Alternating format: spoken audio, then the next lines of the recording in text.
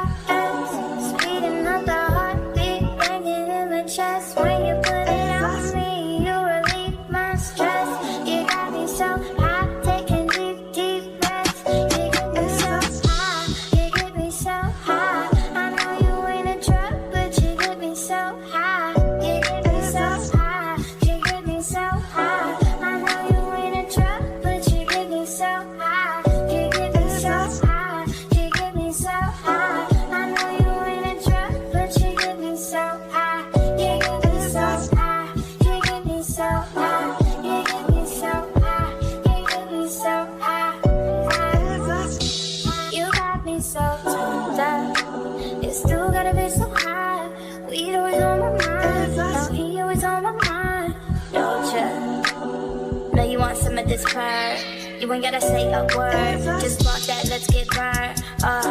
Then we'll roll up 100 fucking blunts. All up in my mouth, now I'm all up in yo. This nigga got pounds of it, all up in his trunk.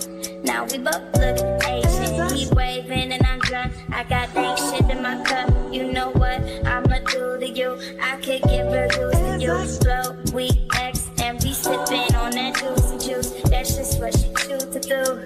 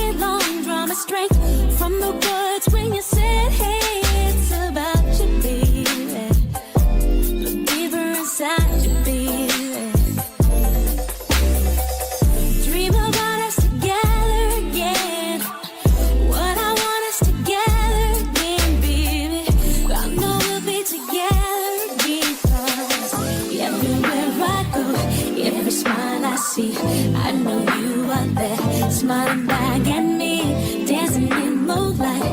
I know you are free, 'cause I can see your star shining down on me.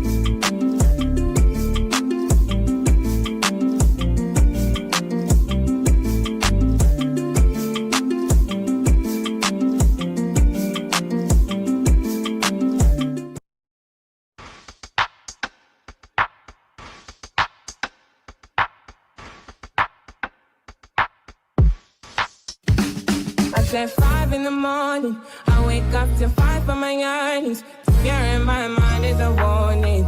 Pray to the one you're relying. I've been wandering all day. I tried to be fine, but I can't be. The noise in my mind wouldn't leave me. I tried to get by, but I'm burning. I'm behind, my mind it runs. All these thoughts have troubled me. Fighting to give up my pain. Fighting to be on my lane. My mind running to the other side. When it's time to leave my life, then it tries to take me out. Tell you what I need. Why yeah, I really need time now. I need to free mine now. I really need mine now. I need to free my mind now. I really need time now. I need to free mine now. I really need mine now. Yeah. This is the peace that you cannot buy. Send me a love that you cannot mix. One is the joy that you cannot waste, and the other one price that you cannot fix. This is the peace that you cannot buy. Finding a way where you cannot see. Man with this system, he cannot pray. I need to find relief. But behind my mind, it runs. All these thoughts have troubled me. Fighting to give up my pain. Fighting to be on my lane. My mind running to the other side. When it's time to leave my life, then it tries to take me out. Tell you what I need. I really need my love. I need to free my mind. I really need time now. I need to free my mind now. I really need time now. I need to free my mind now. I really need time now. Just let me free, freer than the open mind, farther than the eyes can handle, freer than the ocean now. Yeah. So set me free. Now I need to find relief. Set me to the open sky. Now I need to free my mind.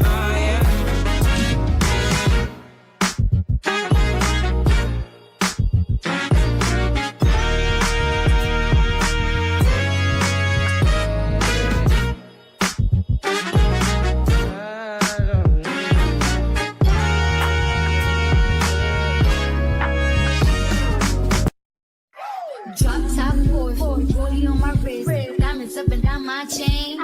Cardi B straight stunning, can't tell me that the bossed up and not changed again. It's my big bronze boogie, got all them girls shook. My big fat ass got all them boys cooked. From dollar bills, now we popping rubber bands. Bruno sang to me while I do my money dance like, yeah. Flexing on the gram like, yeah. Hit the little John, okay. Oh yeah, we dripping and we investigate. Ooh, don't we look good together? There's a reason why they watch all night long. Yeah, I know we'll turn heads forever. So tonight I'm gonna show you off. But when I'm walking with you, I watch the whole room change. Baby, that's what you do. No, my baby don't play. Blame it on my confidence. I'm blaming on your measurements. Shut the shit down on sight. That's right. It don't make no sense.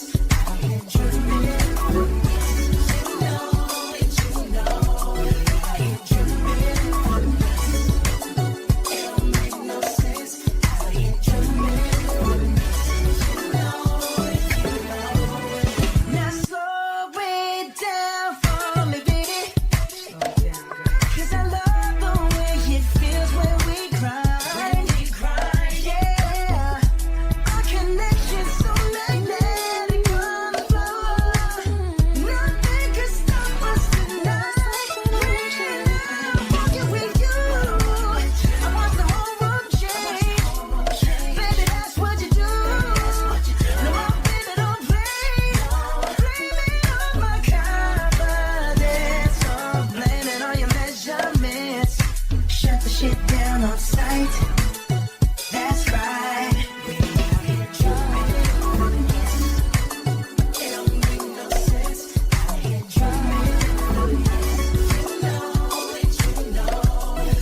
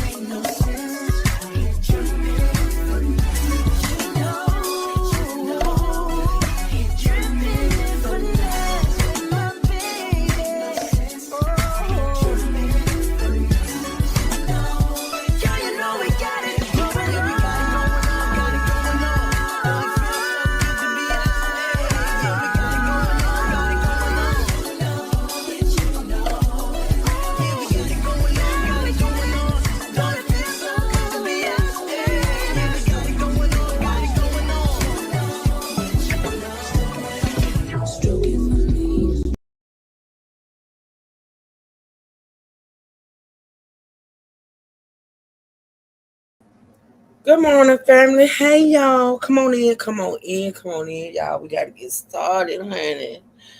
We got to get started. It's a lot going on. And every time I decide, let me speak to y'all first before I get into it. Good morning, y'all. Happy Thursday. Good morning, my Miss Lynn, one of the hardest working mods on the planet. Hey, Sonia. Hey, Amazing. Mama T, what's going on, girl? Let's see. Hey, Miss B, how you feeling this morning, Miss B? Come on in here, y'all. Come on in here. They canceled your appointment. What you had to go in for? Check up. Thank you, Miss Lynn. I need all the blessings I can receive, girl. Thank you so much. Same to you, Miss Lynn. Come on in here, y'all. Hey. Oh, this is a beautiful day. Truth is in good spirits today, honey. I woke up on the right side of the bed this morning. I guess. Maybe what you going to the doctor for? You got to check up. Y'all come on in, cause we gotta get started. Cause I'm gonna try to get this live in, and then I'm gonna try to go over there around yonder to the Super Bill for a minute before I clock out for a couple of days. Hey, Malika. My eye. I know you had surgery last year. Oh, was it like a checkup, a follow up? What we got going on, girl? You know you got to tell me what's going on with you, girl. Y'all, it's a lot going on, y'all. Let me tell you something. I really hate that. I'm on the time, I'm on the time limit today. Every time I decide to take some days off, it seems like, okay, a follow up. Okay. Why they cancel it? Every time I get ready to say, hey Sonya, get ready to take off or whatever, shit start popping out. But that's okay. That's okay, because it just means I got content when I come back. But y'all listen to me carefully. On Saturday, hopefully on Saturday, the surgeon sick. Well, doctors get sick too here. I guess. Okay, Miss B. You let us know the update when you get it, okay? On Saturday when I come back, I want to come and do a very, very detailed live. We're gonna listen to some stuff today, and we're gonna talk about some stuff today, but it's just gonna be like touching the surface of things that we're gonna go deep into on Saturday.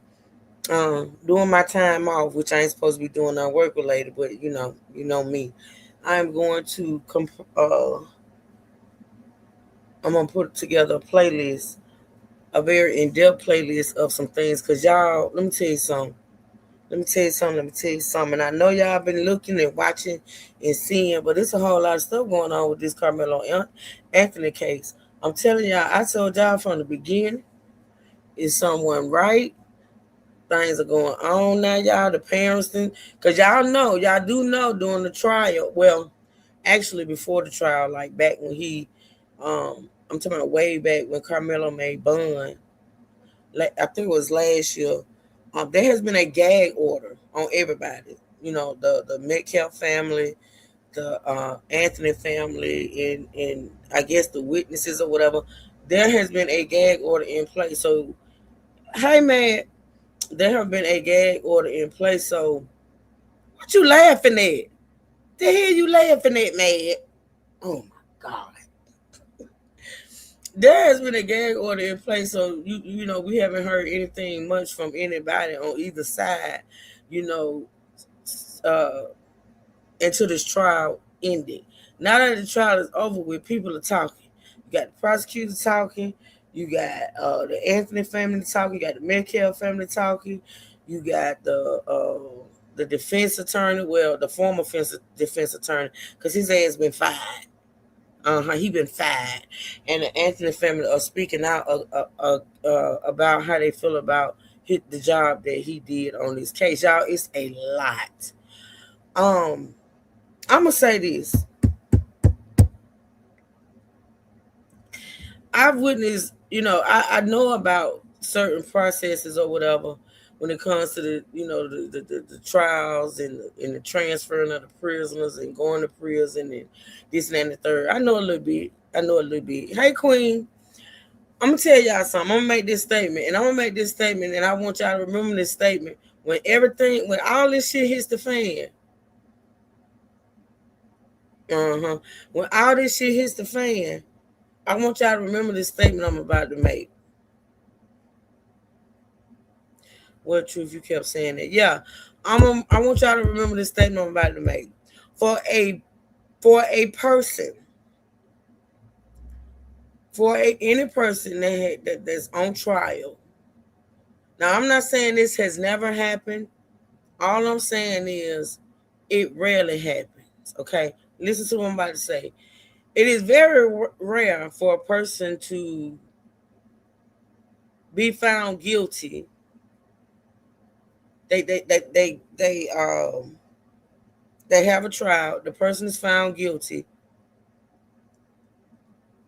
The sentence is handed down, and the person is transferred from the jail to the prison all in one day. I'm talking about, if you can find a case of that happening, it's going to be very rare that a defendant is found guilty, sentenced, and transported all in one day.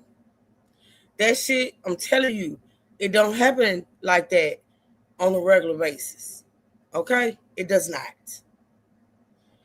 But this is what happened to Carmelo Anthony. If people don't see the cover-up and the corruption, and let's talk about it. Not only was he transferred, now, I really don't want to get too much into the whole transfer thing, because I initially heard about him being transferred, and then I heard something else, and then I heard something else, and I heard something else. But I got some clips that's probably going to shed a little light on it. But I haven't listened to them. I just got them in the playlist. We're going to listen to them together. But according to what I heard,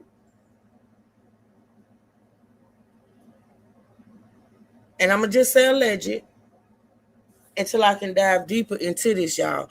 And when we come back on Saturday, I promise you, I'm going to have all the facts. It ain't going to be no alleged. It's going to be the facts, right? Right, Miss B. So listen. Allegedly, according to the word on the street, Carmelo Anthony was transported from the Collin County jail to the prison intake, and I'm not going to say no names yet, to the state prison intake facility. And I give y'all, well, some of y'all may know because y'all probably been following it like me. I want y'all to guess who the warden was or is at that facility. Now, I know y'all can't guess like to an exact science. Well, just let me say it because we ain't got time to play. Allegedly, the facility that Carmelo was either transported to or was about to be transported to, the facility, the warden is, his last name is Metcalf. Like I said, I ain't gonna call no names outright today, but his last name was Metcalf. Allegedly, he is the first cousin of Jeff Metcalf, who is Austin's father.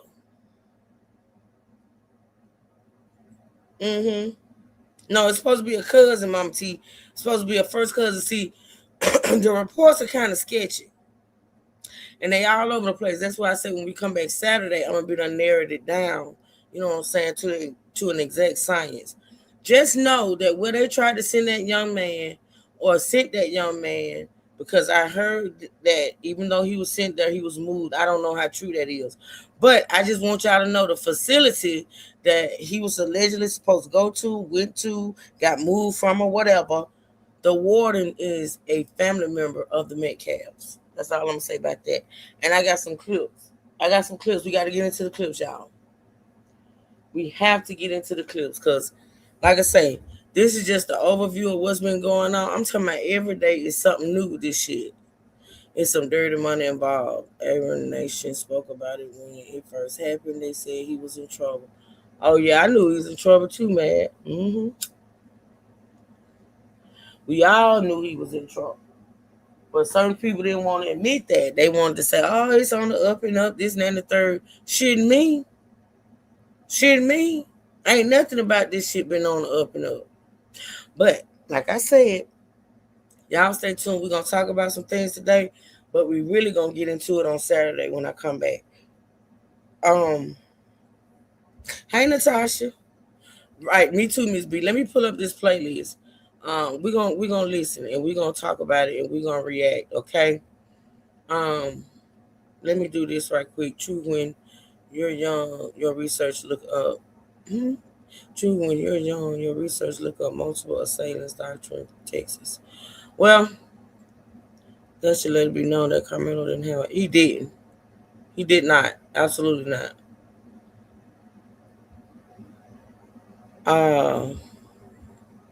And I don't think I've done this on this channel, but I'm going to start too as well. I'm going to put that up. I would read it, but it's small because we're in the vertical app. But I'm going to put it up.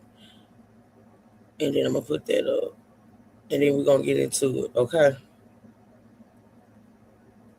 Let's get into this first clip. And I'm moving at a fast pace today, y'all, even though I'm here. But I am on a strict time schedule. I may not even make it over to the other channel, but we're going to see. All right, so let's listen to this real fast, y'all. Less than 24 hours after being sentenced for the murder of Austin Metcalf, Carmelo Anthony has been moved out of Collin County. And did y'all hear that? Within 24 hours of being found guilty, he was moved out of Collin County. Listen, y'all, I know I got to speed up, and if it's too fast, y'all let me know, because I listen to everything on speed up, so I'm kind of used to it, but I want y'all to hear this. Less than 24 hours after being sentenced for the murder of Austin Metcalf, Carmelo Anthony has been moved out of Collin County and into the state's prison system. This is the picture just sent to us within the last half hour from the TDCJ. We're told he's being held in the Wallace PAC unit near Navasota, a little more than 70 miles northwest of Houston. Fox 4's Alex Boyer is following that and Anthony's appeal that started today. He joins us now live with an update. Alex. Yeah, a lot happening since he was convicted and sentenced, Steve. Carmelo Anthony has filed that notice to appeal. I can tell you it's with the 5th Supreme Judicial District of Texas. That's here in Dallas. And looking over the document, I thought it was interesting that Anthony notes that he is destitute and is now asking for a court-appointed attorney. I want to make sure that it's clear, I think, to everyone. Now, he had, it wasn't a GoFundMe. And when, like I said, when I come back on Saturday, I'm going to have screenshots. I'm going to have the exact names of things. I'm just doing this overview live today. He had it wasn't a GoFundMe. It was something else. It's another thing, sort of like GoFundMe. And he had that they had that up. His family had that up ever since this happened. And they received a good amount of money. They was getting money in for his defense and things of that nature. Well, that company, that organization shut it down. After he was convicted, they shut that I'm gonna say GoFundMe, but it's not a GoFundMe. It's something else. But they just know that the organization shut it down. I got the screenshot and everything where they put out a statement. Y'all make sure y'all double tap on the screen to like the live stream, please, and thank you. Also, feel free to support the channel. Cash App, Super Chat, Super Sticker. I got it all. Okay, let's listen. Give, send, go. There you go, Queen. Thank you. He had a give, send, go that they had up ever since this first happened. But after he was convicted, they took it. Not the family, but the organization took it down. And I got the screenshots of the statement they put out, and we're gonna get into all that. Okay.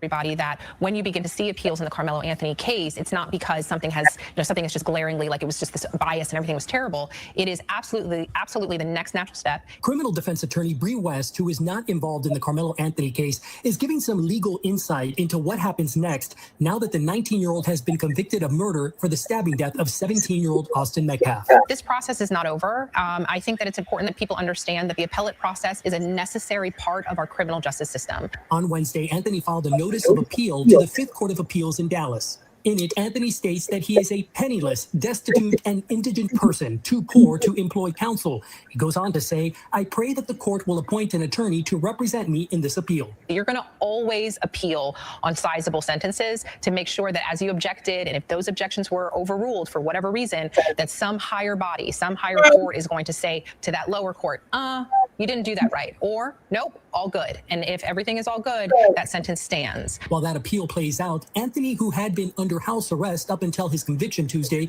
will begin serving his 35-year prison sentence. Anthony must serve at least half of that, more than 17 years, before he is eligible for parole. Parole eligibility and parole release are not the same thing. So at the halfway mark is when Carmelo Anthony becomes eligible for parole. Whether or not that parole will be granted is up to a totally different body that's inside of the Texas Department of Criminal Justice.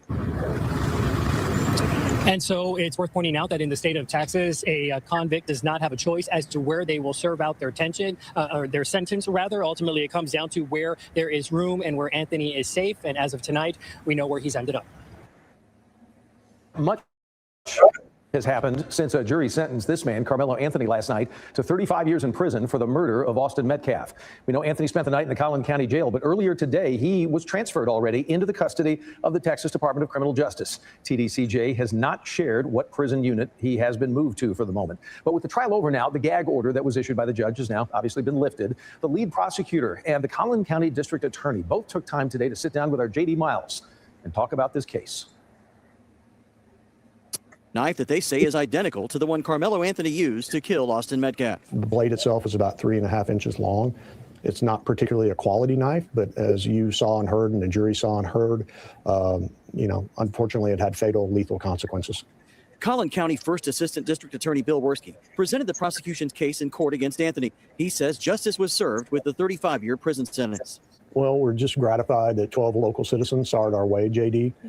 When you boiled it down and got in the courtroom, the facts of this case were very simple. This was never about race. This was really never about self-defense. Werski also defended a lack of black jurors chosen for a murder trial that involved a black defendant. We had 12 actual jurors and we had 6 more alternates, and they represented a diverse cross-section of our Collin County community. In a statement to CBS News Texas, Anthony's attorney offered this about the trial. After the conclusion of the trial yesterday, we gave the court our official notice that Carmelo Anthony is filing an appeal. We believe there are several important issues for the appellate courts to consider. An appeal is the next part of the legal process and a right afforded every American. There were hundreds of people outside the court. Let me point this out. It has been said on the streets, allegedly, that Carmelo's attorney, the one that represented him, was on the take 2 as well. The parents gonna talk about it. Yeah, parents gonna talk about it. Courthouse during the trial, and many more on social media who have been trying to influence the outcome of the case for more than a year. Collin County District Attorney Greg Willis says his office had to overcome efforts by influencers to create fabricated evidence that involved manipulated videos and photos. And so the jury got to see, what was noise and what that person actually saw or heard that day at the track meet. And so as long as we can still do that, then I'm not concerned about any technological advances or AI or whatever. In McKinney, J.D. Miles, CBS News, Texas. Carmelo Anthony is in the Collin County Jail tonight after a jury found him guilty of murdering Austin Metcalf at a high school track meet. He was sentenced to 35 years in prison, but his attorneys just filed a notice of appeal, the first step in a long process of possibly. So the appeal has already been filed, y'all. For those that don't know, his new attorney has already filed an appeal. Reduce his sentence. Jovan Paniker just sat down with the prosecutor who breaks down the method used for jury selection to the closing arguments. It is the day after one of the most high-profile Collin County trials has ended. Bill Werski is the prosecutor who successfully argued Carmelo Anthony should be convicted of murder. Do you think Carmelo Anthony intended to kill Austin Metcalf? That's a great question, and you'd have to ask him, but I know he intentionally plunged the knife into Austin Metcalf. You can't answer because you know yourself, Mr. Werski. You know yourself that young man did not mean to kill that other young man. God rest his soul. Prayers up for that family. But he knows. That's why. Listen to how he answers that question. Listen how he answers that question. Selection to the closing arguments. It is the day after one of the most high-profile Collin County trials has ended. Bill Werske is the prosecutor who successfully argued Carmelo Anthony should be convicted of murder. Do you think Carmelo Anthony intended to kill Austin Metcalf? That's a great question, and you'd have to ask him, but I know he intentionally plunged the knife into Austin Metcalf's chest. The state put on 21 witnesses, 3 days of testimony, but there were 2 people we did not hear from. He's like, make me move. Bill tells us they did not want to put Austin Metcalf's twin brother, Hunter, on the stand because it would be traumatizing. We were actually looking forward to. They said they didn't put him on the stand because it would be traumatizing. Now, what would be more traumatizing than watching your twin brother pass away? Now, I get it. It could have been traumatizing, but like this, at this point, you know, Hunter is not a little child. To me, honestly, I'm gonna just say this. I think it was other reasons why they didn't put Hunter on the stand. The defense would have told Hunter up if they had done their job. Now, we do know at this point the defense is questionable. Those defense attorneys are questionable, but I feel like if they had put Hunter on the stand, it wouldn't have been good. It wouldn't have been good. And I don't think it has anything with him being traumatized. He's already traumatized. What better witness to put up for the prosecution other than the twin brother who sat down and witnessed, you know, what happened? Think about it. See what Carmelo Anthony would have to say, and you know, unfortunately, he chose not to talk. The defense argued self-defense, no surprise to the state. Bill says the team chose their words in opening and closing arguments carefully, like provoked and senseless. If you provoke someone, he pretty much lied in his opening statements. We heard the lies. We heard the lies he told in his opening statement, period. And then hurt them as a result of that, you don't get to claim self-defense. There is already a notice of appeal. Defense attorney Mike Howard writes, "We believe there are several important issues for the appellate courts to consider. An appeal is the next part of the legal process and a right afforded every American." We asked the state their reasoning for dismissing the 3 potential jurors who identified as African American. Bill says he can't talk about it, but also says, "We don't strike people for no reason." And you can tell by his demeanor. I'm so tired of seeing Ratchet. I'm so tired of seeing him. But you can tell by his demeanor. Y'all just pay attention to these people's demeanor. For dismissing the 3 potential jurors who identified as African American. Bill says he can't talk about it, but also says, "We don't strike people for no reason." There are murder trials that happen every day in this courthouse, but none are like this one. The narratives, the noise, all rendered secondary by a decision from a jury of 12. It's a lengthy prison sentence, and I think Collin County is safer and stronger because we work the process. In Collin County, I'm Jobin Paniker. Just to let you know, we did reach out to Carmelo Anthony's defense team to see. There were emails that came out showing that those twins harassed their school's cheerleaders. The defense had them and are just now hearing about it. Oh, and we are just now hearing about it. It could have been used during this trial. It's a lot of things that could have been used during the trial. Mama T, that wasn't. There's also, I got all this stuff, and I wish I had time to present it, but a social media post that Hunter put out that was very racial. Yeah. The judge, prosecutors, and his defense attorney need charges filed against him. I agree. They would be longer because we work the process. In Collin County, I'm Jobin Paniker. Just to let you know, we did reach out to Carmelo Anthony's defense team to see if they would be open to speaking with us today. They're not ready to speak at this time. I know they ain't. I know they're not. Carmelo Anthony is now in the custody of Texas TPS and being held at a detention center near Navasota, outside College Station. This new mugshot was taken after. I want y'all to remember what he just said about where Carmelo was being held. That's the place where the family member is the warden. Listen.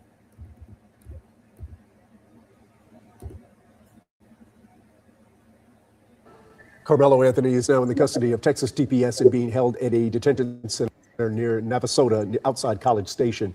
This new mugshot was taken after he was transferred from the Collin County Jail. On Tuesday, he was convicted of murder for killing Austin Metcalf and sentenced to 35 years. Jovan Puneker just spoke with the men who prosecuted that case to hear why they struck 3 potential African-American jurors and why Austin's twin brother didn't testify. It is the day after one of the most high-profile Collin County trials. That's pretty much the same. Let me skip that. All right, let's go. As Anthony now begins paying the price for his conviction, Austin Metcalf's father tonight is talking only with our JD Miles about the price that his family is paying. Because the lie is temporary, but the truth lasts forever. Jeff Metcalf finally had a chance to read the words he's been writing in a notebook to address his son's killer. He said, people think that grief is sadness, but it's not. It's rage. Oh. Pure, unfiltered rage. You failed yourself. You failed your parents. You failed society. You don't belong in this community. That's correct. Metcalf's victim impact statement. You feel like he deserved to be in the community before this happened. That's how y'all think. That's how y'all feel. At the end of Carmelo Anthony's murder trial. For months, the father of Austin Metcalf has been silenced by a gag order imposed by the judge. Now he's free to speak publicly and says he's also free of something else. When I woke up this morning, it was a very different feeling. When I woke up, I felt like 1,000,000 pounds had been lifted off my shoulders. Because I used to wake up every morning with this anxiety, with this feeling of dread. And this morning was the first day I woke up with a feeling of peace, comfort, tranquility that I haven't experienced in 14 months. And I felt Austin. Metcalf was in court every day of Anthony's trial. The 19-year-old now convicted murderer not only took his son Austin's life, he did it right in front of Austin's twin brother, Hunter. What killed me was the body cam footage when I could hear Hunter screaming, oh God, my brother, my twin. As a parent, you always want to protect your kids. And to hear my son and the fear in his voice, and I'm not there to fix it. What was it like sitting in that courtroom with Carmelo Anthony for 5 or 6 days? Challenging is the first word that comes to my mind. And I'll even say this. I had a little bit of sorrow because I'm human. And that poor boy is fixing to experience a life that I would not wish upon anyone. Metcalf says even today he's received death threats and has previously endured doxing of his personal information and multiple swatting calls to his house from people who he says have tried to villainize Austin and the family. I would hope they take a look in the mirror. And if you have children, and if it was your child who was murdered, would you like people dragging his name through the mud, making memes, making jokes, and just really vile comments? Where do you and the Metcalf family go from here? Well, I mean, this is day one of a long healing process. Because honestly, it's been impossible to start healing until this trial was complete. The trial may be over, but the racial polarization among Americans on display outside the Collin County Courthouse continues. Look at the effect, not just the effect here between the Metcalf family and the Anthony family. Look what it did, one, to those kids they have to live with. Two, it took on this huge, wider, let's have a race war throughout the nation. Metcalf insists that his son had no racist motives when he approached Anthony about leaving a track team tent. This case was never about race. There's going to be those people now that just, try to throw shade on the whole trial with the jury makeup and the speed of it and that sort of thing. I mean, well, those are the same people that said he was jumped by 4 people. His phone was broken. You're going to spin whatever story to try to keep yourself afloat. Metcalf believes. Malika said I heard the kid Eddie recorded their fight, which showed Austin was the aggressor and it was deleted. They could have retrieved that video. I also heard that too, Malika. I heard that there was a video that was deleted. I heard that. I heard that too. We're gonna talk about all this in depth on Saturday, y'all. It's a lot. It is a lot, and I cannot believe. See, the thing about it is, if what they're saying is the truth, and what the prosecution and the parents and all of them are saying is the truth, why lie? Why hide? Why delete? Why manipulate? Why? The truth don't need no help. The truth don't need no help. And if y'all are telling the truth and what really happened under that tent that day, why? Why? Why delete? Why hide? Why lie? That's all I'm going to say. Anthony should have received a life sentence. He says if Anthony is up for parole in 17 years, he will be there in some form to argue against it. If I'm still alive, yes, I will be there in person. If not, I am going to make a video, if I'm passed on, that can be played. There are no walls in Metcalf's home without photos or paintings of Austin and his twin. These images and a scholarship in his son's name are what remain for this father, who says he's ready to finally forgive, but not forget. But people need to understand about forgiveness. Forgiveness was not for him. Forgiveness was for me, so I don't carry the rage, the hate, and that around. It will eat me up like cancer. J.D. Miles, CBS News, Texas. Attorneys for the Texas teenager convicted of stabbing a fellow high school student athlete to death have filed a notice of appeal. A jury sentenced 19-year-old Carmelo Anthony to 35 years in prison for the fatal stabbing of Austin Metcalf earlier this week. His legal team argued it was self-defense. CBS News correspondent Jonah Kaplan sat down exclusively with Anthony's parents after the verdict came down. They spoke about the trial, their son, and the divisions in the Texas suburb. My son didn't intend to hurt anyone. My son was defending himself. It took less than 3 hours for a jury to reject 19-year-old Carmelo Anthony's claims of self-defense in the stabbing death of 17-year-old Austin Metcalf. Prosecutors argued Anthony intentionally killed Metcalf after being taunted and shoved by Metcalf and his teammates at a high school track meet. Take us inside that courtroom. What stuck out to you? What stuck out to me, number one, was the all-white jury. But I was trying to be, like, all right, it's not that big of a deal. I mean, the truth is on our side. At the sentencing hearing, the defense called only one witness on Anthony's behalf, his mother, Kayla Hayes. What did you tell the jury? To have mercy on my son. What do you say to his grieving family? It's unfortunate to where nobody wins. We've all been hurt by it. Everybody. That poor boy is fixing to experience a life that I would not wish upon anyone. Austin Metcalf's father, Jeff, called Anthony's sentencing bittersweet. What it boils down to for me is this. Austin will never walk through that door again and never give me a hug. The case drew national attention, prompting protests in support of both teens. And both families involved say they've received threats. This morning, had multiple emails, texts, threatening me, calling me all sorts of names. During our interview, the Anthonys made a point to call back one man they say continues to dox them. Why you calling me, man?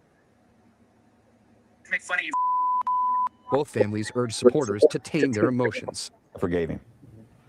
But people need to understand about forgiveness. Forgiveness was not for him. Forgiveness was for me, so I don't carry the rage, the hate, and that around. It will eat me up like cancer. At the end of the day, there's nothing we can say or do for people to accept it. I'm Jonah Kaplan in McKinney, Texas.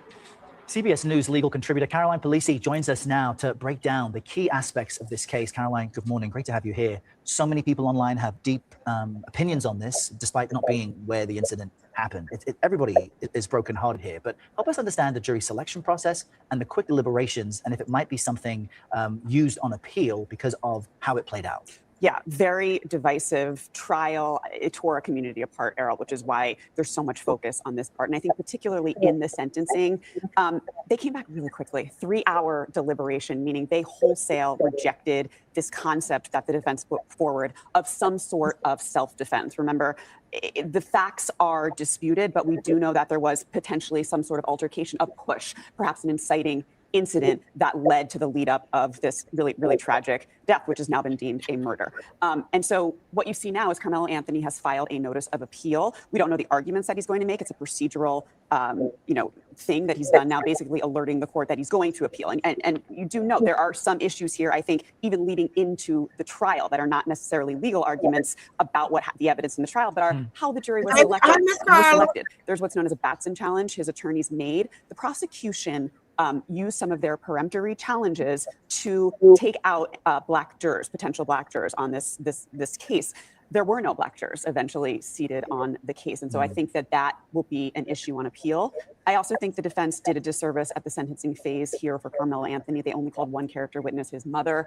They had the opportunity to present a more compelling mitigation case. 35 years, it's. Yeah, the defense was on the tape. Just like, you know, yeah, we see it, we know it, and it is what it is. His defense was inadequate, very much so. Is here for Carmelo Anthony. They only called one character witness, his mother. They had the opportunity to present a more compelling mitigation case. 35 years, you know, it's a long time. The jury didn't accept this heat of passion argument that was put forward in the instruction. So there are a lot of issues here. Legally speaking, very quick decision on the part of the jury. And online, you know, people have their own opinions. Both families are being harassed, as we just saw in this report. And the jury selection process, as you noted, you know, was interesting as well. But the defense didn't bring up a lot of character witnesses for Carmelo Anthony himself to help bolster this sense his side was making that it was self-defense. Why do you think that was? Yeah, so two things. He didn't take the stand in the case in chief in his own defense. Typically, criminal defendants don't take the stand. That's another thing I question, and I know that I don't know if it was Mad. I think it was Trey that said that he shouldn't have taken the stand. I disagree. I wholeheartedly disagree that Carmelo should not have taken the stand. I feel like that young man could have got up there, vocalized, verbalized what it was he was feeling, what he thought was going to happen, and why he did what he did. And to be honest, and I would never know this for facts unless the parents come out here and confirm it. But I honestly, truly believe that the defense attorney, who I believe was on the take, advised him not to get on that stand. Because y'all got to remember, when this trial first started, all the people, the news people that we listened to said it. They said in order for him to win this case, he has to take the stand. Y'all remember that? Y'all do remember us hearing them people say, and these were, you know, news people that weren't necessarily, they was all for him being found guilty and this and the third. But everybody we listened to said if he had a chance, any chance at winning this case, he needed to take the stand. And I wholeheartedly agree. And I think, in my opinion, because they intentionally screwed up this case, that they advised him not to take the stand. I do. Period. So the sense his side was making that it was self-defense. Why do you think that was? Yeah, so two things. He didn't take the stand in the case in chief in his own defense. Typically, criminal defendants don't take the stand, but he already got a new attorney, Malika. According to what I've heard so far, and this is alleged, his new attorney that he has is the one that got him moved from that facility where that family member was the warden. So I don't think this new attorney is playing with their ass, and I honestly think that, you know, and I can't say for sure because we thought the other attorney that Carmelo had his best interest at heart. But I will say from what I know so far, I feel like the new attorney actually has his best, you know, interest at heart. Let's pray that he does. Okay. in self-defense cases in particular, you kind of have to. They do, because there's a subjective element. We really needed to hear Listen him. to what she's saying. She's even saying he should have took the stand. Listen. Bring up a lot of character witnesses for Carmelo Anthony himself to help bolster this sense his side was making that it was self-defense. Why do you think that was? Yeah, so two things. He didn't take the stand in the case in chief in his own defense. Typically, criminal defendants don't take the stand, but in self-defense cases in particular, you kind of have to. They do, because there's a subjective element. We really needed to hear him, or jurors would really need to hear him say that he subjectively was fearful of his life. These two twin brothers, as alleged, were much larger in stature than he was. They had told him to leave. There was apparently a push. So that would have been key testimony. And then on the sentencing phase, typically you would see calling potentially teachers, coaches in this young man's life to try to portray him not as a monster, but as somebody who potentially maybe deserves some mercy in the sentencing phase. So that was a failing. And we have to note for the Metcalfs, they've lost their son. He is gone, and now the decision's been made that he was murdered. As we see the appeal process play out, though, what might change? Just the sentencing, perhaps? Well, it's a very high bar to get an appeal. You know, he filed as an indigent, meaning he doesn't have the resources to retain an attorney on appeal. He would like the state to pay for that. There are some issues whether or not that's going to be granted. There was a GoFundMe page in this case to raise funds for his legal defense. Yeah, she would bring that up, but just know that he just paid for a defense with that money. And then two, let's talk about it. let's be technical. And I can guarantee you she's not gonna go into this. Let's be very technical about that GoFundMe or go send me or whatever money. First of all, that money was for his defense, which he just went to trial and had to pay those lawyers, right?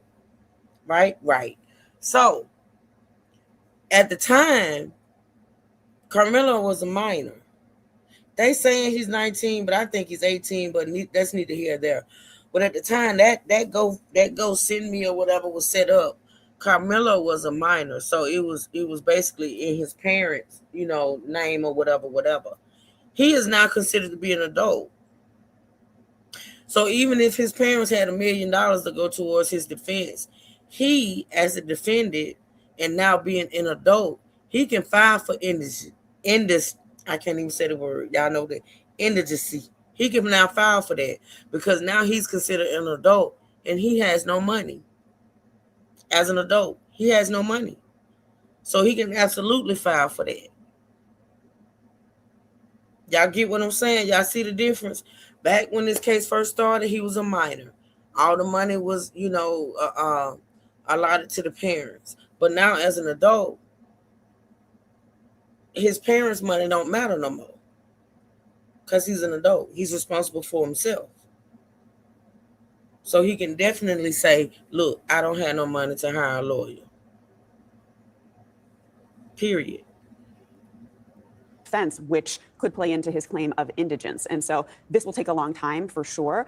Typically, I don't see this going well for him in the appeals process. Criminal defense. You wouldn't, Becky. But your point in his legal defense, which could play into his claim of indigence. And so this will take a long time for sure. Typically, I don't see this going well for him in the appeals process. You can see she didn't mention what I just said, and you can also see that she didn't mention that the people had taken that down.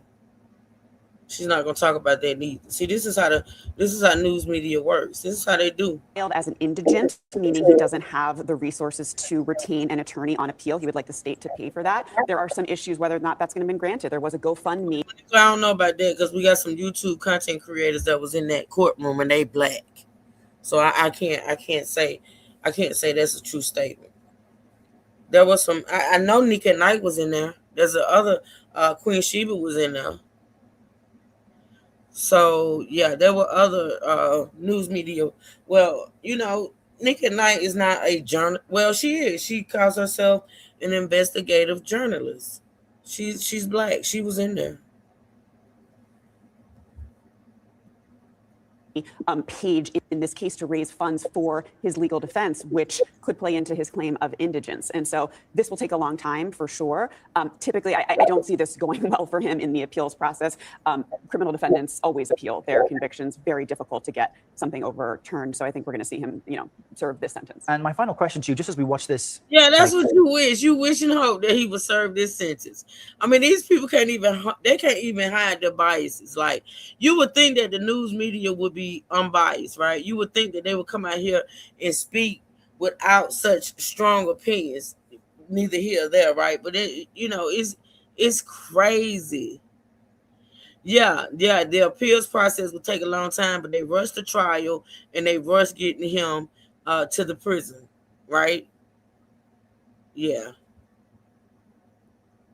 Out. It may take time as an appeal unfolds. Both families are being harassed. This has ripped up a community, and even online, folks don't agree on what happened or the outcome. Does that play a role at all in how a judge might decide how quickly to decide on things, or is it completely irrelevant? I don't think so. Look, there's more of a spotlight on this, so they may feel compelled to, really take a strong look at the legal arguments because they know everybody's watching. But no, really, these types of issues are meant to stay outside of the courtroom. That's why our system is supposed to be inoculated from these things. The jury was going to be sequestered if they were going to deliberate overnight because you want to really keep them insulated from any of this outside noise. And there has been a lot of noise on this case. Yeah, Caroline Polisi, appreciate you being here explaining the key legal aspects. Thank you so much. Welcome back. Carmelo Anthony filing to appeal his 35-year prison sentence for the murder of 17-year-old Austin Metcalf at a Frisco track meet. He has the possibility of parole after serving half that sentence. An audible gasp heard inside the courtroom as the sentence was read. Carmelo Anthony, inconsolable, his head hung low, crying. And for the first time since the trial began, Austin's twin brother, Hunter, walked into the courtroom. He spoke directly to Carmelo Anthony. I just want some respect if you could look me in the eye. Carmelo looked up. Hunter continued. Man, I would never. I'm just saying, you know what? Let me be quiet. Respect my ass. That's what y'all thought y'all was supposed to get when y'all was out there fucking with that boy. That's what y'all thought y'all was supposed to get. Trial began. Austin's twin brother, Hunter, walked into the courtroom. He spoke directly to Carmelo Anthony. I just want some respect if you could look me in the eye. Carmelo looked up. Hunter continued. I'm trying to learn how to forgive. I'm trying to understand why he had to go. You took away someone who was supposed to be an uncle to my kids. Austin's father also spoke directly to his son's killer. We were robbed. Don't look down. The public response sickens me, especially when a gag order doesn't allow me to defend my son. This was never about race or politics. But what you did was to choose to make it about that statement right there. And y'all got to think about how everybody is saying this was never about race. That man said that from the gate. This is never about race. Why would you say it's never about politics? Why you say it's not about politics? Because everything about this case has been about politics. Pay attention to the people that speak and tell on themselves. Okay? Pay attention to the people that speak and tell on themselves. It's a subconscious thing. It's never been about race or politics when everything about this case was about race and politics. Get the fuck out of here. And I'm going to repeat my statement and let it be known that I do not feel like Carmelo Anthony should not have been punished. I feel like Carmelo Anthony, he did fear for his life. He did act in self-defense, but Austin should still be here. I don't believe Carmelo Anthony should have just gotten off and not been punished. I feel like Carmelo Anthony should have been found guilty of manslaughter, not murder.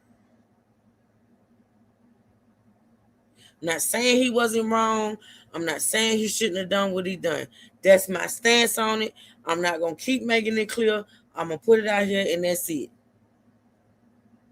Because just because I feel it in my soul, in my spirit, in my heart to speak up for this young man don't mean that I don't feel like he should have, been accountable for what he did. But we all know. But see, that becomes a moot point when y'all can't punish this man based on truth and facts and not manipulate. And it's the corruption for me. The clear corruption for me. If you feel like he did this, you feel like he committed murder, you feel like he wasn't acting in self-defense, why corrupt the process? Why corrupt it? both. Grief is not sad, it's rage. A piece of me died with my son. I forgive you, but I do not forgive what you did. You can't even look me in the eye, but you can stab my son in the effing heart. Austin's mother telling Anthony, you may have just been given a sentence of 35 years behind bars. You can consider yourself lucky because I've been sentenced to a lifetime without my son. Heartbreaking, devastating. This case is tragic. But somehow it also became tribal. Outside the courthouse and online in the comments section, a modern American racial drama played out. Not because everyone saw it that way, but because a group of activists insisted on seeing it that way. I said, as a former prosecutor, this was a legal lynching that happened in this slaughterhouse. This is a slaughterhouse. This is not a courthouse. This courthouse is designed when you would come here and you look like us, to slaughter you. That's what they were. Those twins are domestic racist terrorists. Illegal lynching, domestic terrorists. That person is a lawyer. My question is, who gave that person a law degree? Your question is who gave, probably the same person that gave you a law degree, but she telling the truth. Y'all, she telling the truth. She is telling the truth. Listen to him. See, like I said, these news people who's supposed to be unbiased, they can't help but show themselves. They can't help but show themselves. Listen, y'all. Those twins are domestic racist terrorists. Illegal lynching, domestic terrorists. That person is a lawyer. My question is, who gave that person a law degree or a bar card? Unfortunately, it gets worse. They should have both been arrested.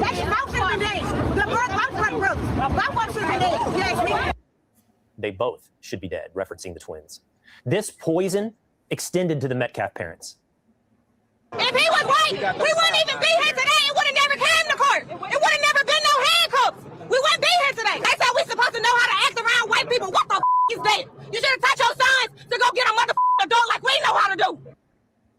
Friends of the Metcalf family were even followed to their car. So the question is, how far has this reaction spread? It's far enough that Cardi B has a take. She wrote on X, wow. Fox News is a beast. And I don't usually play Fox News, but I have to play this so y'all can see. Fox News is a motherfucking beast. Y'all know I don't play Fox News. It's a reason why. It's a message to my man that y'all know me. Fox News is a motherfucking beast. They don't even brought up Cardi B, who is speaking out. And shout out to Cardi B for speaking out, because the rest of these cowards, the rest of our people who can't stand up for our people, who done got up there and made money and feel like we are less than, and they can't even just speak up and speak out. You know how many people I expect to come out and say something about this that did, and I'm so disappointed.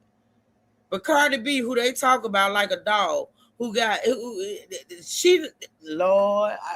get into it, y'all. Listen, I can't wait to Saturday. I cannot wait. I hope he wins his appeal. My cousin is serving life for self-defense. He tried to appeal because his attorney will be drunk and he represented the victim's family on another case. He should have never been his attorney, Malika. That's weird. He should have never been your cousin's attorney. Ever. Hey, Tanya. Just freaking wow. Just followed to their car.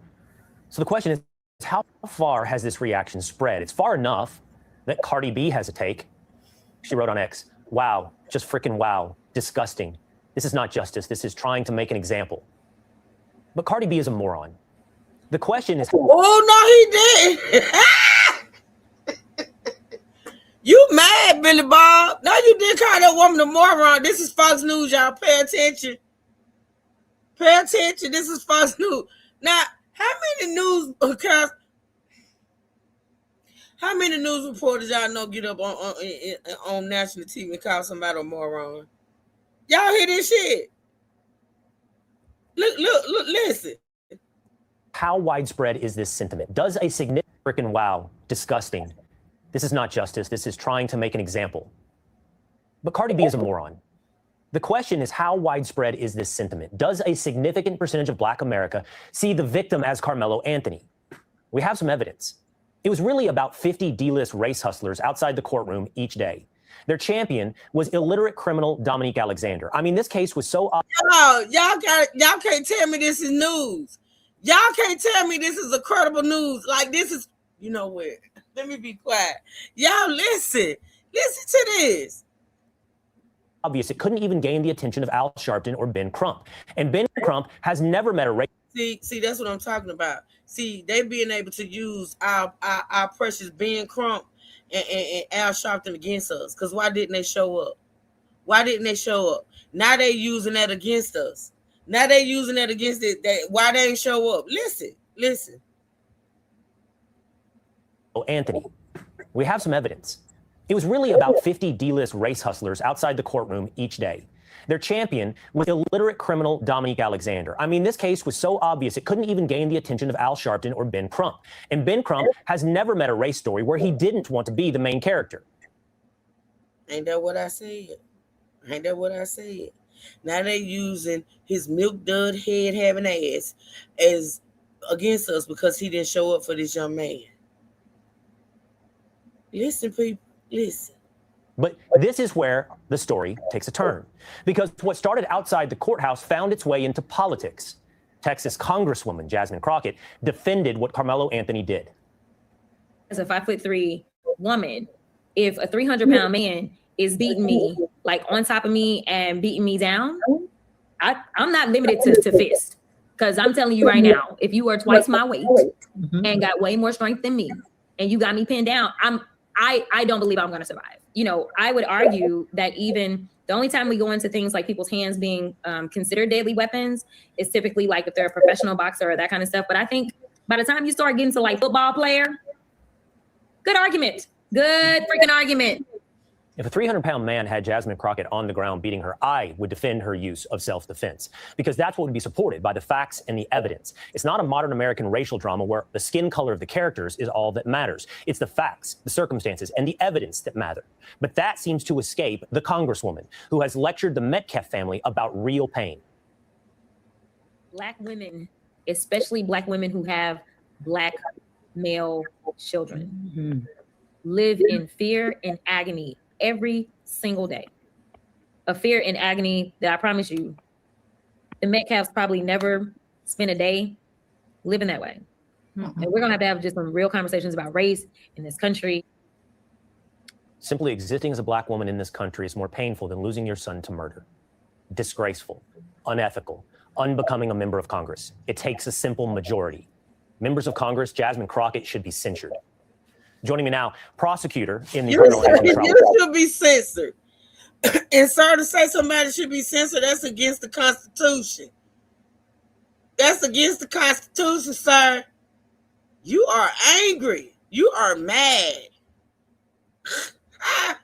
Bill Werski and Collin County District Attorney Greg Willis. Gentlemen, thanks for being with us here today, Mr. District Attorney. I think I'll start with you. Let me get your reaction to the sentencing of Carmelo Anthony. I'm sure you men are relieved and happy with the verdict. How do you feel about the sentence of 35 years?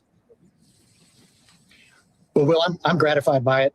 I think the jury did a great job of listening to the facts, following the law, and ultimately they had to balance sentencing a now 19-year-old, but was 17 when he committed the crime. They had to balance that with the profound, permanent, and unnatural loss of Austin Metcalf to his family. Bill, during the sentencing phase of this trial, the defense only put on the stand Carmelo Anthony's mother, and the prosecution, you chose, I believe, not to put on any witnesses. Why? Well, there's a lot of legal strategy that goes into that, Will, so I can't really get into the ins and outs. I can tell you in any criminal trial, especially murder trials, both sides kind of play the hands they're dealt in terms of the cards. But it's not unusual, having done murder cases on both sides for 30 years, to have a punishment phase go that fast in a Texas murder trial. What has been, I'll go back to you for this one, Greg. What has been the reaction of the community? You're the district attorney in Collin County. What has been the reaction of the community to both the conviction and the sentencing? I think the local community seems very pleased and happy, and they're glad that it was peacefully resolved and that it was resolved based upon the law and the evidence instead of online clickbaiting and online influencers trying to manipulate people. I think it's a great thing that in America, despite AI, despite all the technology around, that our bedrock principles of a criminal jury trial still survive if we follow the process, and that's what happened here. Bill, we know what took place outside the courtroom. We know what's been said online. This case has taken on the character of a racial drama. How much, if any of that, made its way into the courtroom? Absolutely none of it will. In fact, we were very gratified that one of the defense lawyers in their closing statement admitted to the jury this case was never about race, because that was our position from day one.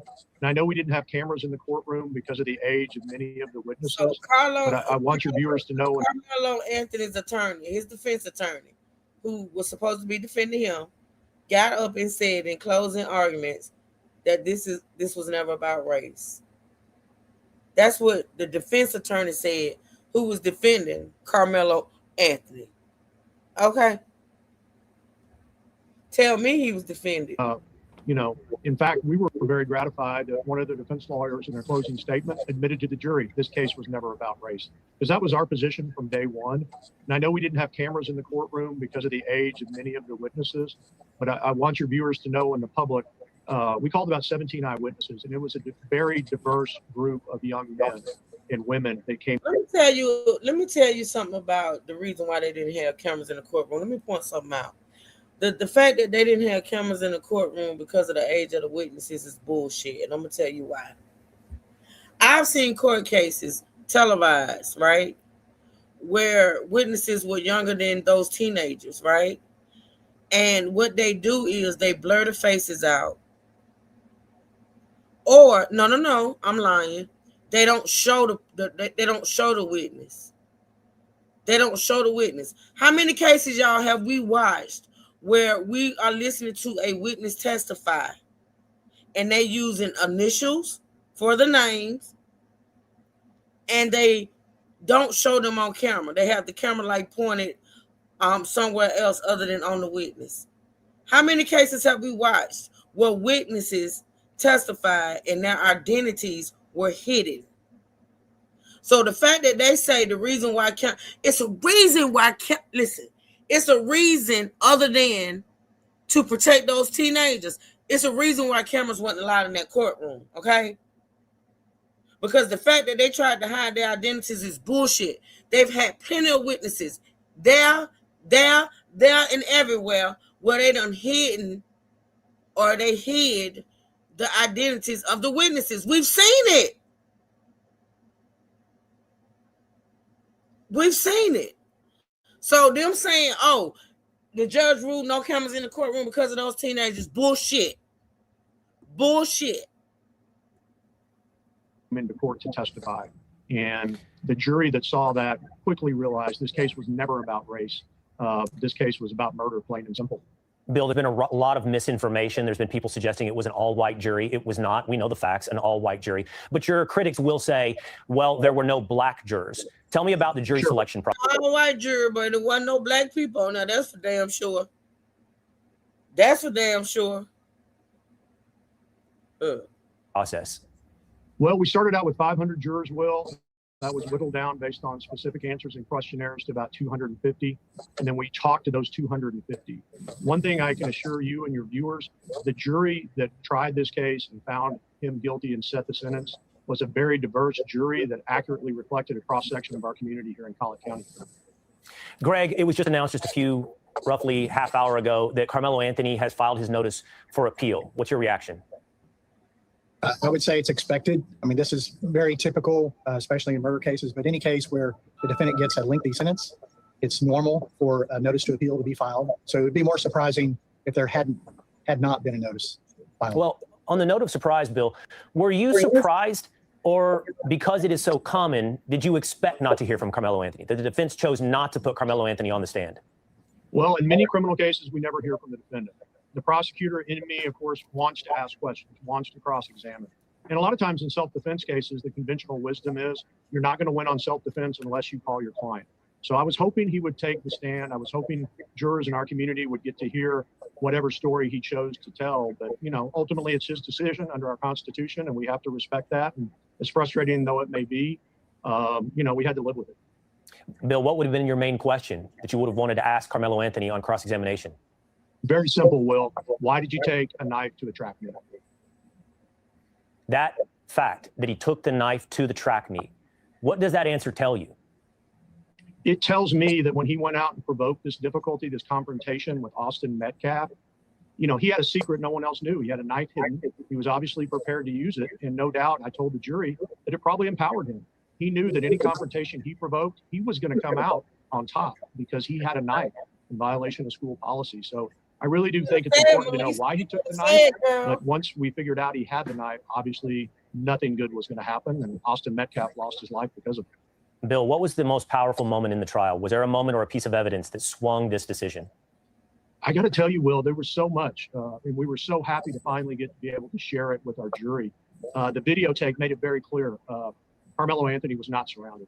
The kids were minding their own business, looking at their phones under that tent. And then the jury heard from numerous eyewitnesses that corroborated exactly what the video showed. And then finally, and I argued to the jury, the defendant's own words, Carmelo Anthony's own words were super important.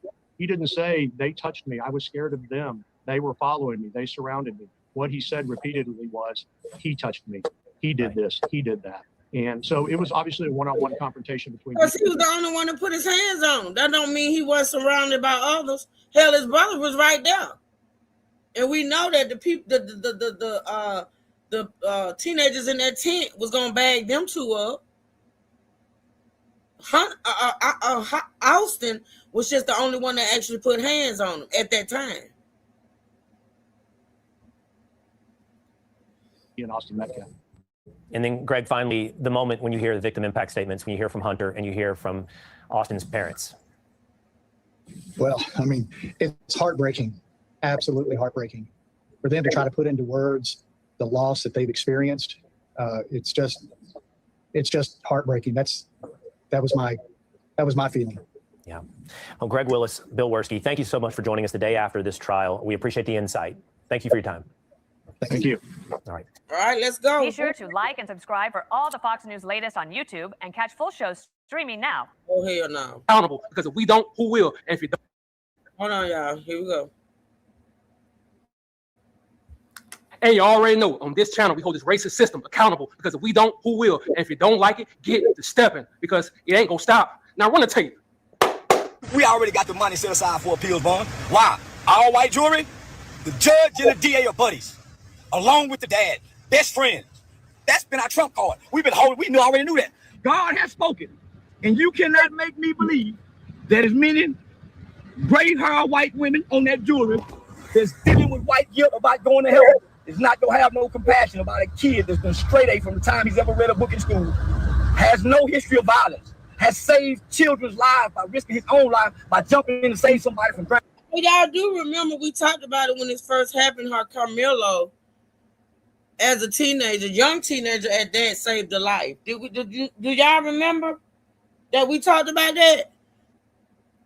That Carmelo saw, I think it was a girl, a little girl. She was drowning. Carmelo jumped in to save her, saved her life. Remember that?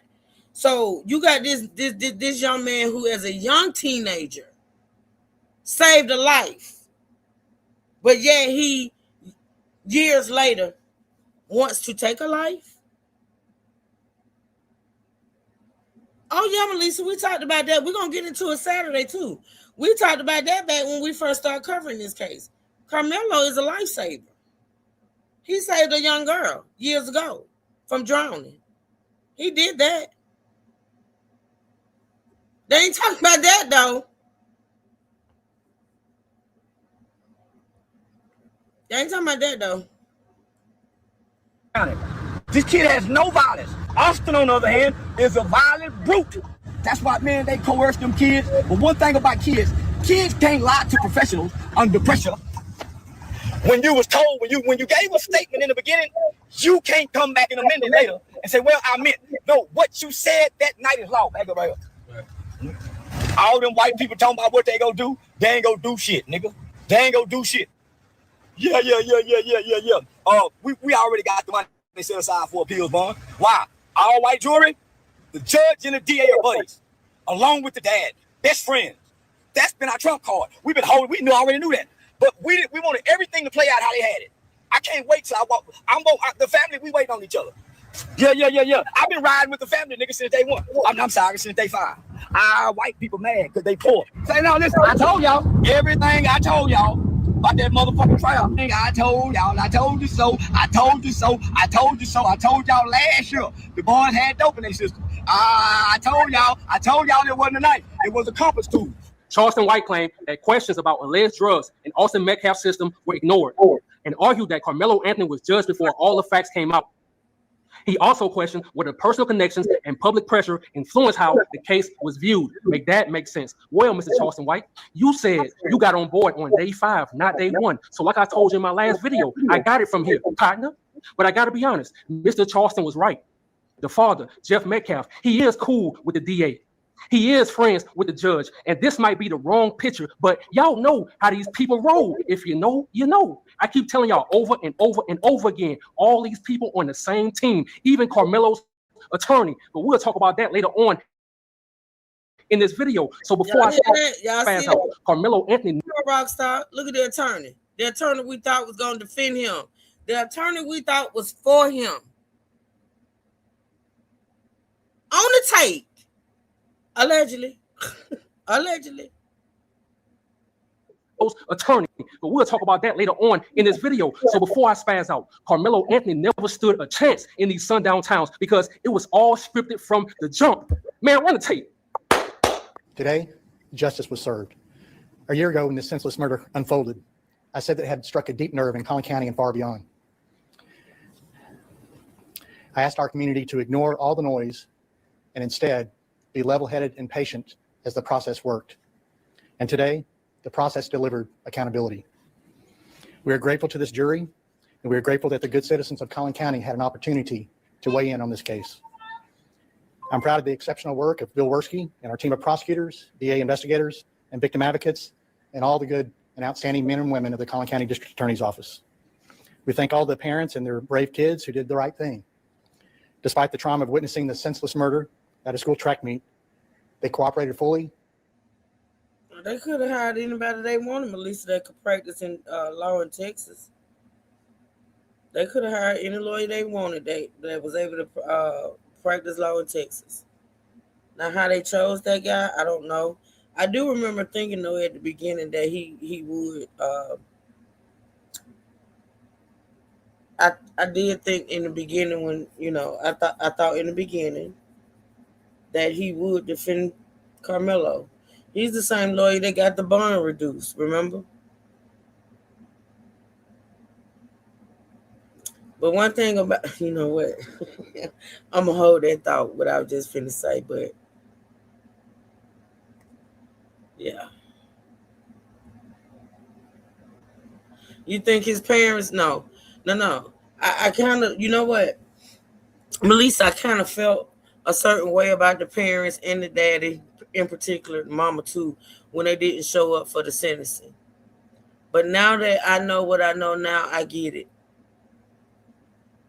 See, it wasn't about them not being there for Carmelo. It wasn't about them not being there for Carmelo when that sentence was handed down. I think it was more about the lawyer. I think by the time that sentencing was read off, they was done with that lawyer. I do believe that. Now, me being done with the lawyer, would they have kept me out of that courtroom when my son was being sentenced? No. But, hey, everybody handles stuff differently. You know what I'm saying? But I do believe that it's a strong reason why they weren't in that courtroom. Are you talking about in the picking of the lawyer?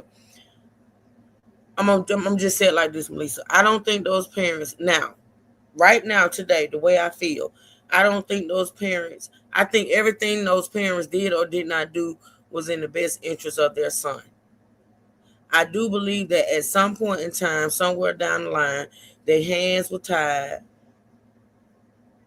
The corruption and everything that was going on had gotten out of hand, and it wasn't too much they can do about it. Okay, that's what I feel. I feel like those parents love their son, and I feel like they felt like at the time they was doing the best they could. That's what I feel. Hey, Black Legend, he got the bond reduced because he and his friends knew they were sending him to prison. Could be, Black Legend. Could be. They see us as cowardly people who continue to let our children be unalived and inspired. Yeah, I kind of agree with what you said, but I'm going to delete your... Now, I'm not going to put you out, but I'm going to delete your comment because I don't want white racists in my chat. But shout out to you. And testified truthfully. Their courage was essential to securing... Even though y'all can come in and put your opinions in the chat freely, okay, as long as you're being disrespectful. But just keep in mind that certain words you can't put in chats. Justice in this case. I'm especially honored to be joined here today by Jeff and Megan Metcalf and their son Hunter. Their strength and grace through this has been their strength and grace throughout this unimaginable journey has been inspiring. They won't be taking questions at this time, but their presence here speaks volumes about their commitment to seeking justice for Austin. I want to thank Judge Rhodes for presiding over this trial with fairness and efficiency. I want to thank Frisco PD for their investigation.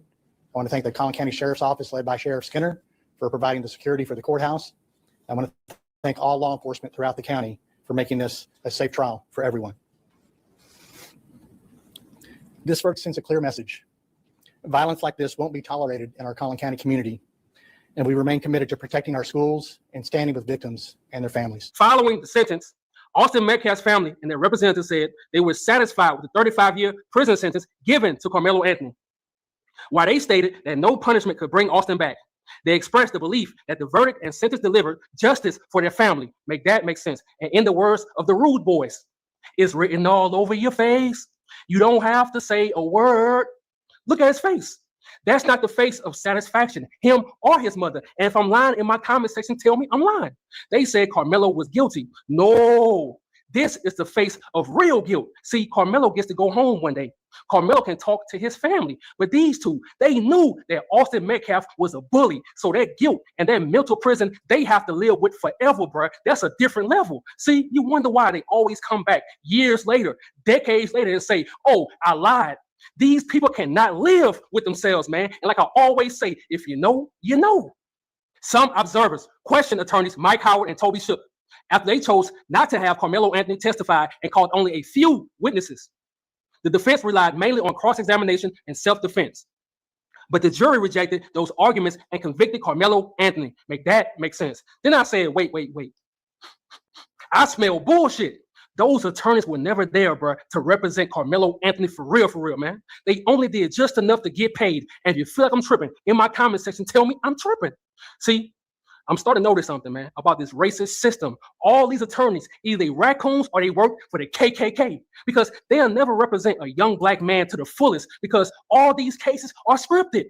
Carmelo Anthony trial, scripted.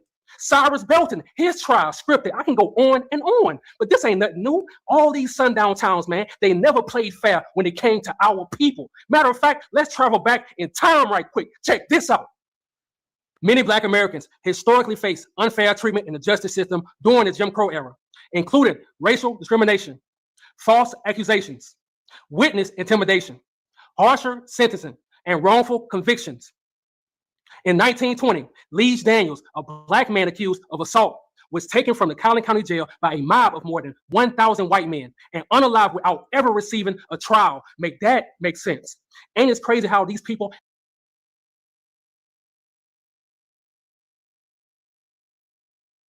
wrongful convictions. In 1920, Lige Daniels, a black man accused of assault, was taken from the Collin County Jail by a mob of more than 1,000 white men and unalived without ever receiving a trial. Make that make sense. Ain't it crazy how these people had to always gang up on us? I mean, it took 1,000 men to unalive one black man, bro. I keep telling y'all, these people been scary as hell. Even today, trying to act all big and bad, trying to act tough. They really soft, S-O-F-T, soft, tough. The whole town knows that these twins are the real guilty ones. But I told y'all that racist Caucasian people, they stick together no matter what, bro, right or wrong. Carmelo Anthony's life was ruined because in Texas, bro, they protect racism. And it only benefits their people. I told y'all, man, the game is never fair when it comes to us, but it's always cold.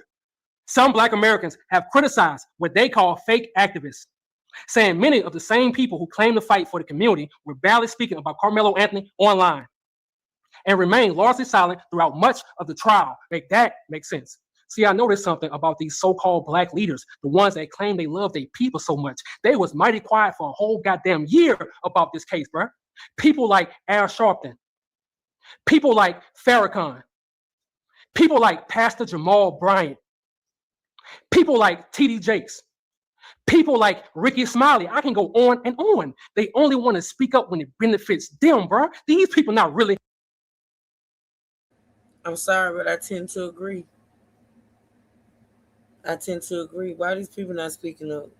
They scared they're gonna be banned, they're gonna be canceled, they're gonna lose this deal, they're gonna lose that deal. You know? Why they not speaking up? Why the hell they ain't speak up when Cyrus was killed? Why are these people not speaking up? See, when I lose respect for a person, it's just for me, it's just dundado. Like some of these, that's why I can never ever be starstruck. I can never ever be starstruck. And I tell y'all all the time how I don't put celebrities and people with all this money up on the pedestal. I never have and I never will. I just won't. Because once they, once they get to a certain level, once they get to a certain tax bracket, baby, you might as well write them off as one of us. And that's just facts. That's just facts. Everybody been on mute about this. Everybody was on mute about everybody be on mute about a lot of this shit that go on. You know, they hide behind their money, they look cozy lives, and you know, they just hide. They just don't say shit. They don't say nothing. In the field with us. I mean, if I'm tripping, in my comment section, tell me I'm tripping. And then we got Dominique Alexander. This dude wanted clout so bad. So I'm gonna ask you this: was it worth it? You jive turkey? See, in 2026, we done with these raccoons, bro. And see, he feel like Dominique. He don't like Dominique. He ain't like Dominique from the beginning. He feel like Dominique working with them too as well. I don't know. At this point, I'm side-eyeing everybody. But yeah, that representative Dominique, well, I know in the beginning he represented the family, but I noticed when he was at that press conference that we listened to, he said, I'm not representing the family, but I'm here to speak truth or whatever. So I don't know if they released him as their representative. I don't know. But this dude ain't never cared for him at all. Yeah, and it really don't make sense that you're here, so I'm gonna escort you out. Oh shit, somebody unblock Tanya, please. That chat was moving too fast. Let me see if I can do it. Hold on. My damn Tanya. I done blocked my Tanya trying to get your ignorant ass up out of here. Now I'm mad. The fuck? Hold on, y'all. Somebody unblock Tanya. The fuck? Thank you, Natasha. Thank you, Natasha. Sorry, Tanya, boo. Let me give you your thank you, Natasha. Hold on. Thank you, Natasha. Sorry.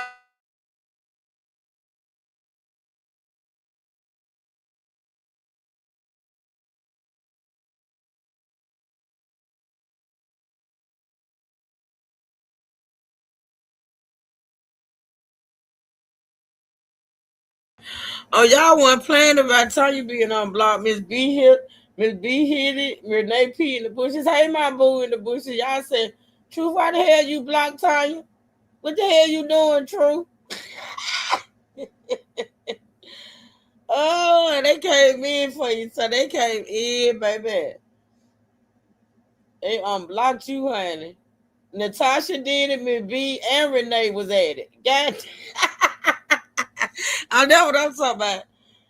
Okay, thank y'all. I appreciate that. I gave it back, Miss B. She got it back. Type Tanya. Let me make sure you got your rent back. There you go. Baby, they said, Truth, what the hell you doing? Oh, so-called witnesses compared to lie without fear accountability. He asked them a question and they either wasn't sure, didn't know, or can't recall. Yeah. 2026, we done with this racist system. It is what it is. And y'all already know before I end this video, I have to always speak from my heart. Before I end this video, I have to always speak from my heart, bro. Frisco, Texas is 10% black people. That's a sundown town. In 2026, we are no longer moving to sundown towns. In 2026, we are no longer trusting raccoons that look like this. In 2026, if they silent about our issues, then we don't give a damn about their issues. What up? Yeah, all right. Man, free Carmelo until it's backwards, and rest in peace to Cyrus Belton. I'm out, bro. Let's go, Rockstar. Let's go. I don't understand what's going on, Right. you know, but I've sat up in those stands. I don't really care for Willie D. I don't know what it is about Willie D. The name of his channel is Willie D Live. And I'm going to share out all these videos, y'all, that I'm reacting to. I'm just in the zone right now. But I'm going to share out all these content creators. Y'all go over there and support. I'm going to share out Willie D. I'm going to share out Rockstar. I do too, Natasha, and things of that nature. But Willie D Live is a channel that I tap into sometimes. I don't think I want to play this one right now. I think I want to skip it just because we're on the time limit. But just know that all these videos are going to be reacted to. Let me see. Let me go to... Now, I am going to react to... No, that one's 47 minutes. Let me see. What I want to go to next, y'all. And I hate skipping around, but that's what I have to do when...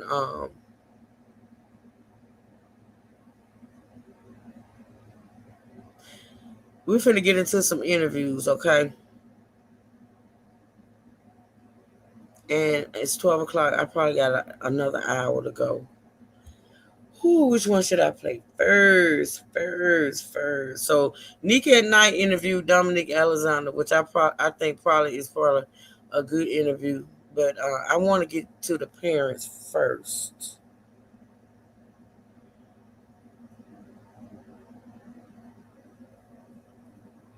And I'm trying to see which one that I want to get to first of the parents. I may wait, but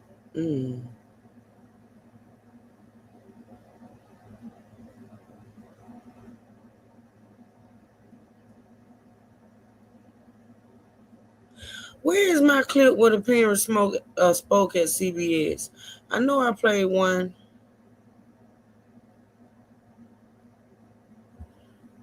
Did I play this one? Attorneys for the Texas teenager convicted of... I did, because I remember his accent. Okay. Let me see which one I'm going to play.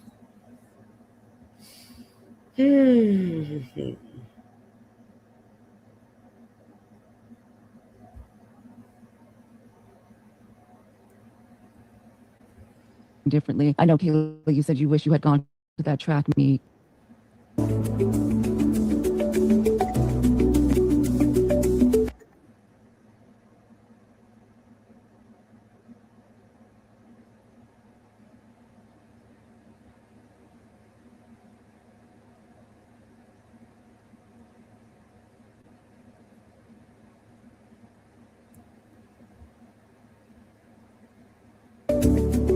What's up? Tracy L. Okay, Tracy. Much larger than Carmelo Anthony walks up to him and tries to make him move. I'm going to try to get to the interview portion of this. Well, I don't think he was interviewing them. I think he was maybe playing an interview. I'm going to get past his commentary and I'm going to go to this. Hold on. And I think it's just a clip, but I want y'all to hear what's being said in the clip. I think that's the only little portion. Well, no. Let's see.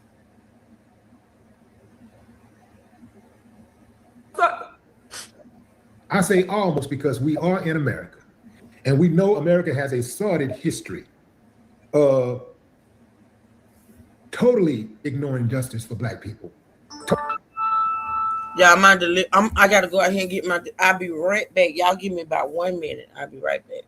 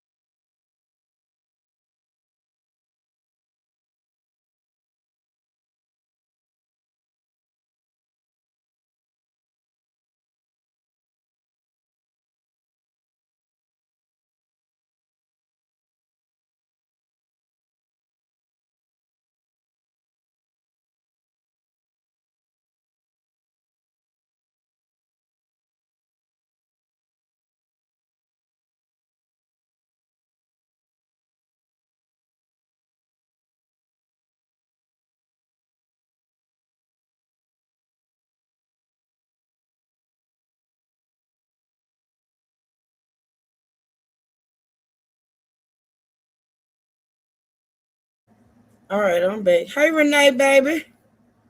Let me see what y'all saying.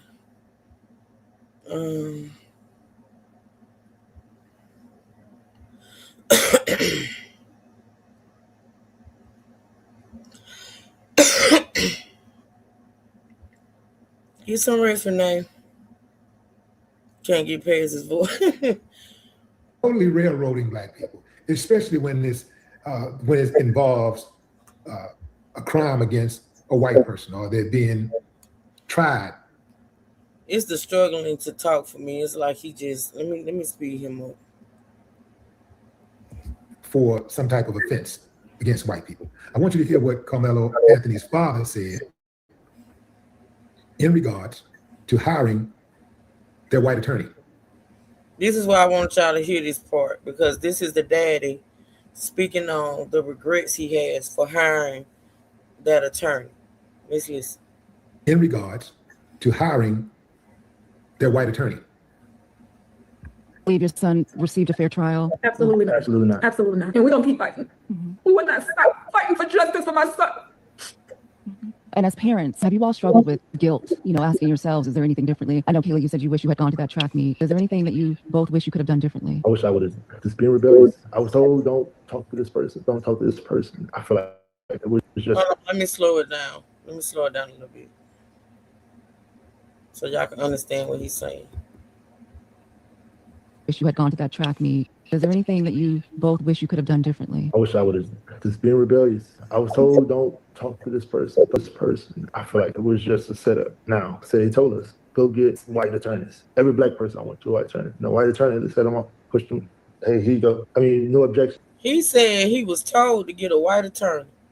He said every black attorney he went to. Y'all listen. I can't hardly understand him for some reason. I don't know what's up with his, I don't know. But he said he was told to get a white attorney. Listen. This person, I feel like it was just a setup. Now, say they told us, go get white attorneys. Every black person I went to a white attorney. No white attorney, they set them up, pushed them. Hey, here you go. I mean, no objections. It was things moved so because as a father of me being who I am, I got to make sure she's straight. This mama, I got to make sure she's straight mentally, because if she's not straight, my house ain't straight. I'm not straight. Then so because I got the kids to worry about. I got to make sure his mental health. I can't go back and forth with him right then there because his mental can handle it. The misunderstanding of what daddy's trying to say. This ain't a daddy moment. Salute to Mimi Brown TV. This is she broke this. Oh, I got to go look her up. Mimi Brown TV. Y'all remember that? All right, let's move past this and go right here. It ain't there to protect others. They don't care about right and wrong. When they see you walking into that courtroom, they're there to punish you. They're not there to be reasonable. They're not there to be fair and balanced and impartial. None of that. They're there to punish you and feed the prison industrial system. That's why they're there. And who better to feed it with than black males, specifically young black males. But hey, Angel, they can get a couple of old ones in there too. They'll take that too. Carmelo Anthony, father. Believe your son received a fair trial? Absolutely not. Absolutely not. Absolutely not. And we're gonna keep fighting. We will not stop fighting for justice for my son. And as parents, have you all struggled with guilt, asking yourselves, is there anything differently? I know, Kayla, you said you wish you had gone to that track meet. Is there anything that you both wish you could have done differently? I wish I would have just been rebellious. I was told, don't talk to this person. Don't talk to this person. I feel like it was just a setup. Now, say they told us, go get white attorneys. Every black person I went to a white attorney. No white attorney, they set them up, pushed them. Hey, here you go. I mean, no objections. It was things moved so because as a father of me being who I am, I got to make sure she's straight. Oh, he's just replaying that portion. All right. Thank you, Willie. Thank you. Y'all, I found the whole interview that the Mimi Brown TV did, and it is, hold on, 35 minutes long. That's gonna be the first thing we get into when I come back Saturday. So let's move on. Where is that other we might do it today because it looks like, oh no, I wanted to get into this one with Nick at Night. All right, so this probably gonna be the last one we react to today, y'all. All right, hey guys, what's up? It's your girl Nick, and we have a. Just know that when I come back on Saturday, the first thing we're gonna get into. Oh, I found the Tanya. It's on the Breakfast Club page. It's on the Breakfast Club page. We're gonna get into that full interview with the parents, which is about 35 minutes long, and we're gonna get into some other stuff, okay? And I'm pretty sure by the time I come back, it's probably gonna be some new stuff to talk about. But we're gonna dive deep on Saturday. We're gonna talk about the case of a young man by the name of, and I'm just mentioning this to y'all, so if y'all want to go do research on it, you can. But we actually covered this trial. I don't know if y'all remember. the case of Kaysen Allison, 18 years old, who was in the position and did the exact thing that Carmelo Anthony did. Kaysen Allison is an 18-year-old white kid. Kaysen Allison stabbed a classmate and said it was self-defense. He was found guilty, okay, but not of murder. He was found guilty of criminally negligent homicide, which is what Trey was talking about the other day. Carmelo should have been found guilty of. And he received 10 years. Carmelo Anthony did the same thing. He was found guilty of murder. It was given 35 years. Exact situation. Here's the kicker. Kaysen did what he did on actual school grounds. Carmelo was at a track meet. This kid was on actual school grounds, I think. But we're going to dive deep into that too. We're going to do some comparison. Okay? So y'all stay tuned.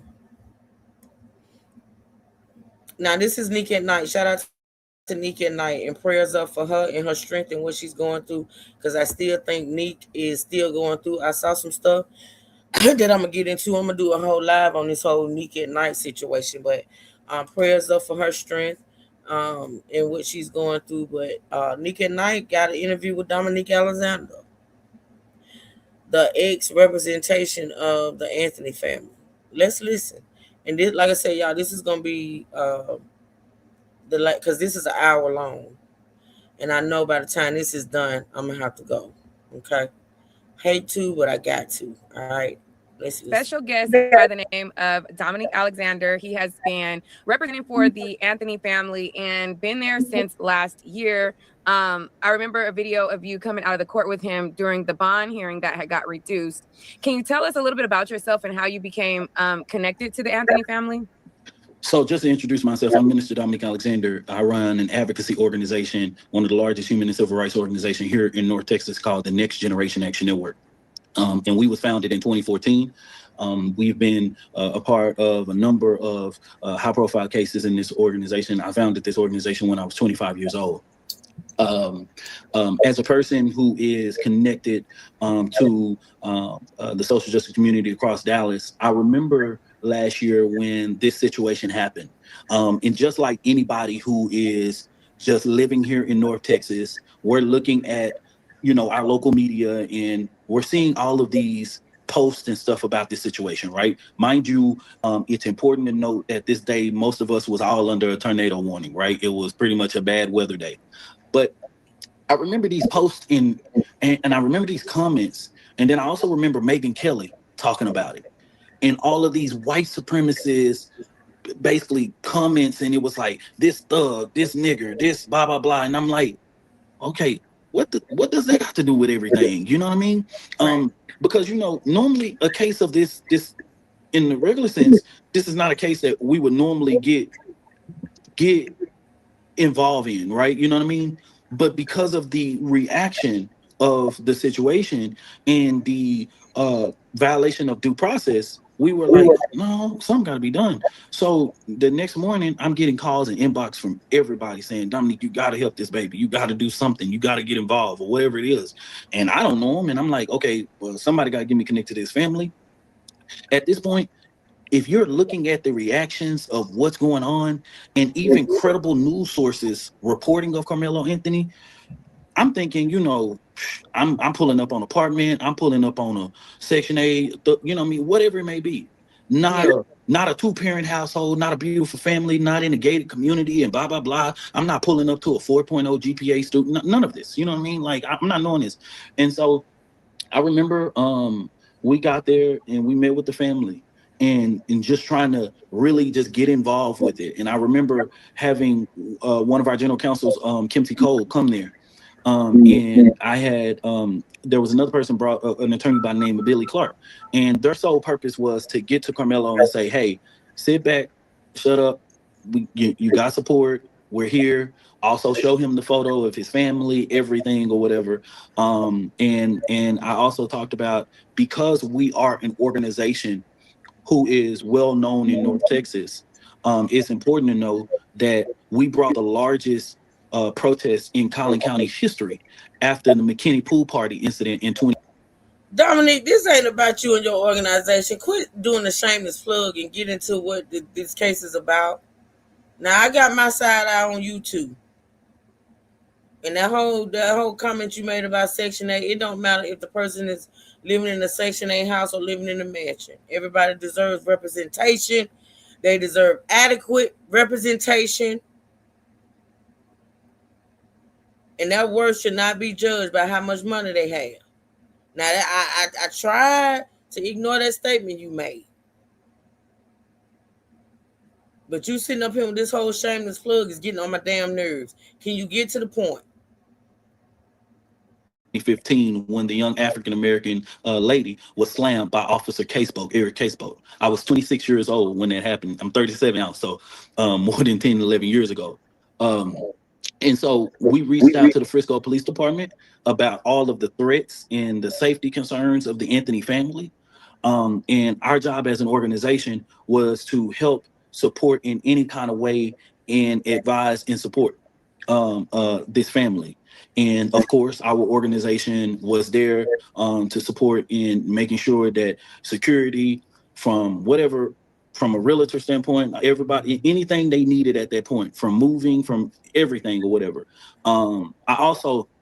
He didn't ruin anything.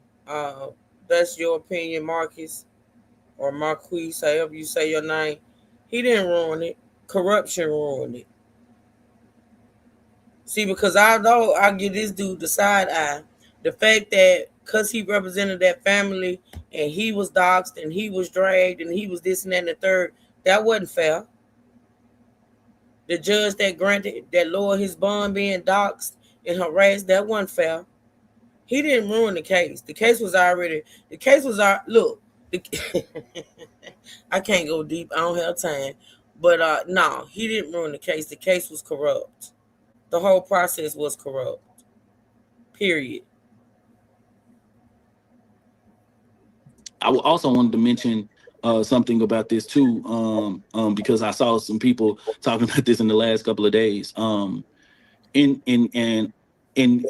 Nick, it's very hard to have cases like this because we live in a society where everybody is so clickbaitish, right? Mm-hmm.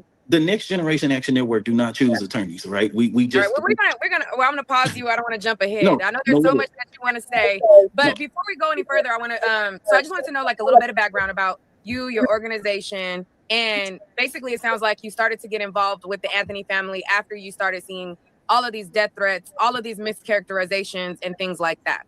I want to fast forward to. Bring them back, Nick.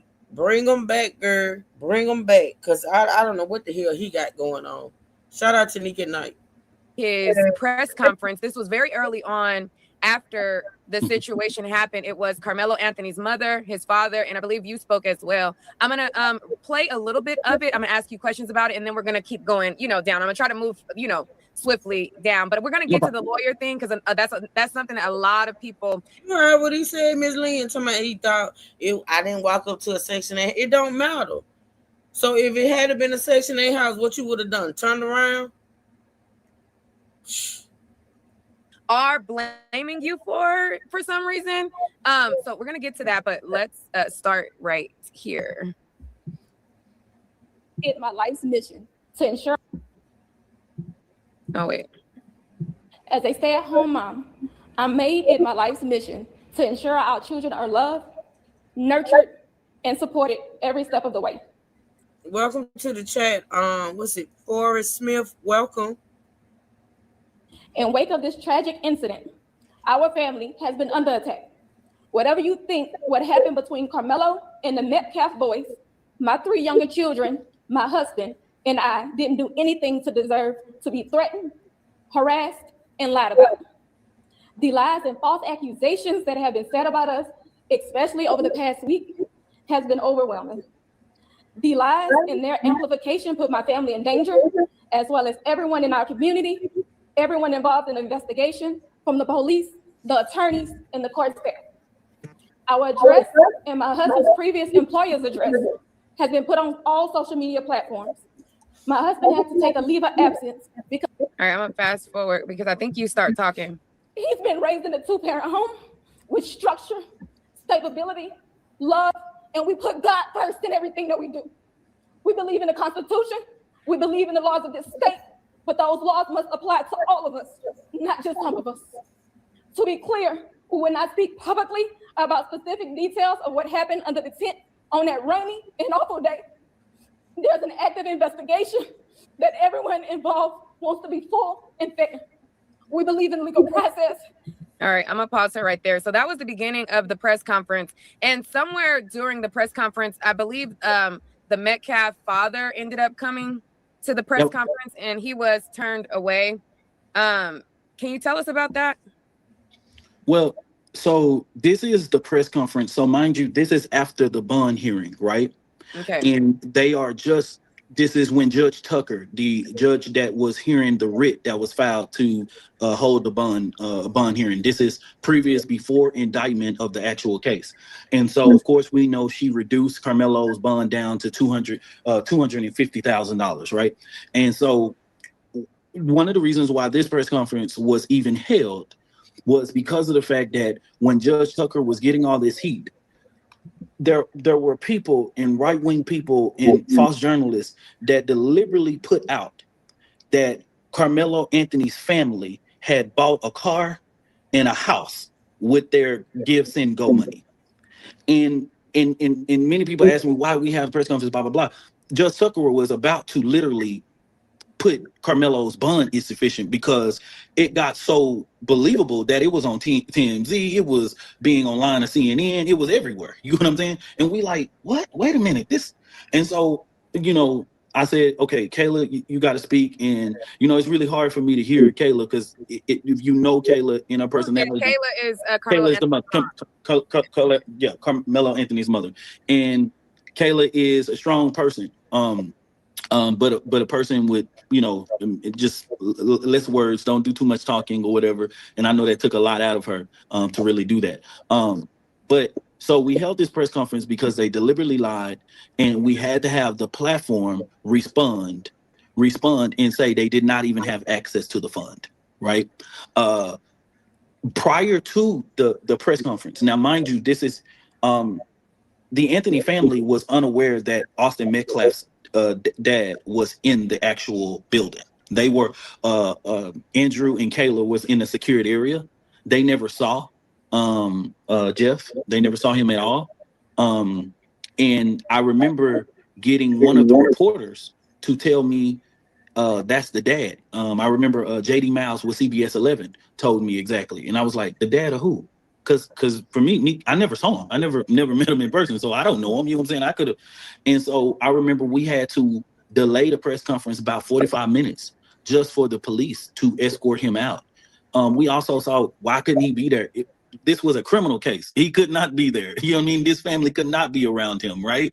And so that's just basic thing. That wasn't about me. You know what I mean? It was about the simple fact. And this is not a public place. This is my private office.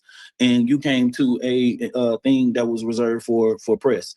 So we had to take care of that situation. And that was pretty much the deal on that first press conference. Okay, because there was a lot of people who, like you said, they were feeling some type of way that he was turned away. My thoughts were, I've seen, and maybe it's something that's mainly in the movies, but I've seen several movies where the father or the parent of a victim will come and they will act like they come in peace to get right up on the person that did it and harm them. So I felt in my mind that it probably wasn't the appropriate time, but people had problems with it. I'm gonna just show a quick piece and then we're gonna move on to after that, then we come to them seeking out an attorney and so on and so forth like that. Is that fine? Yeah. Okay, so let me show this. defense. That brings us to the press conference. Jeff Metcalf was seen wearing sunglasses and talking on his phone at times while waiting for the family of Carmelo Anthony to speak. Dallas police showed up and Metcalf was asked to leave. Officers told him that he would be charged with trespassing if he did not leave. He told CBS News Texas he thought it would be an opportunity for the two families to come together in a productive way. Here's Carmelo's mother once the press conference resumed. In wake of this tragic incident, our family has been under attack.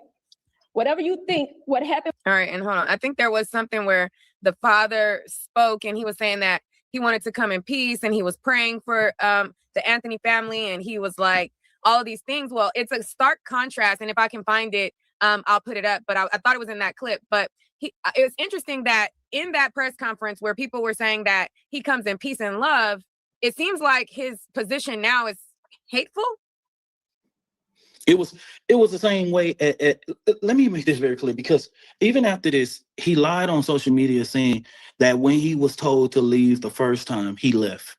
In which that was very, very, very false, because there were plainclothes Dallas police intelligence officers that were there that gave him the first warning to leave. And then they brought in uniformed officers, right?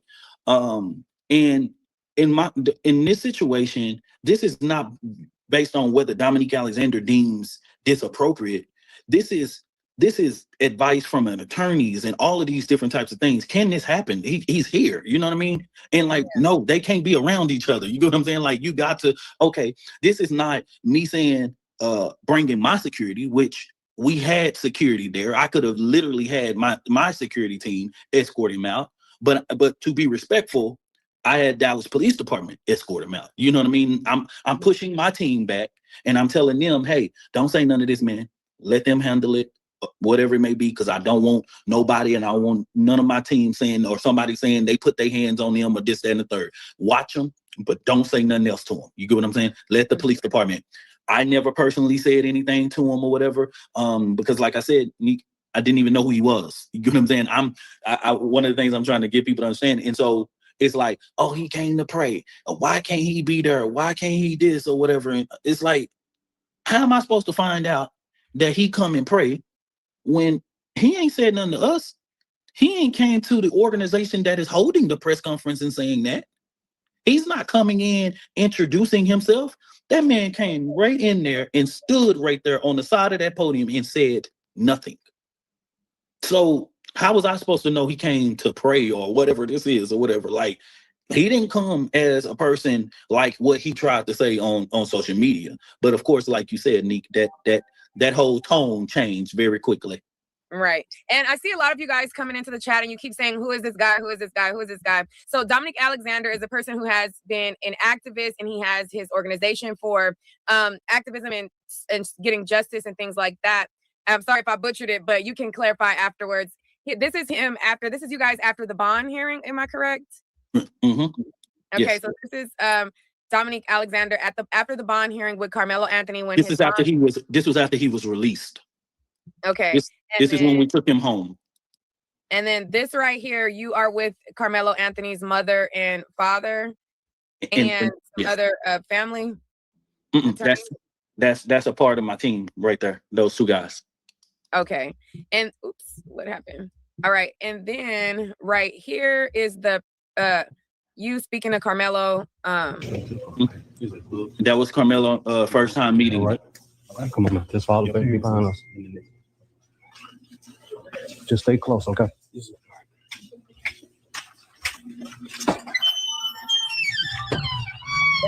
That was him leaving the jail. I remember that. Y'all remember that?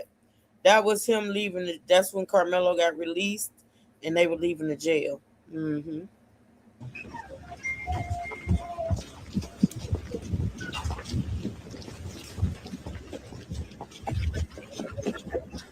Carmelo, do you have anything you'd like to say, Carmelo? Do you have anything that you'd like to say to the victim, to the family of the victim? Why were you armed, sweetheart? Carmelo, why were you armed at school? Explain your self-defense. How is this self-defense? Excuse me. Carmelo, is there anything you want to say to the community that's donated?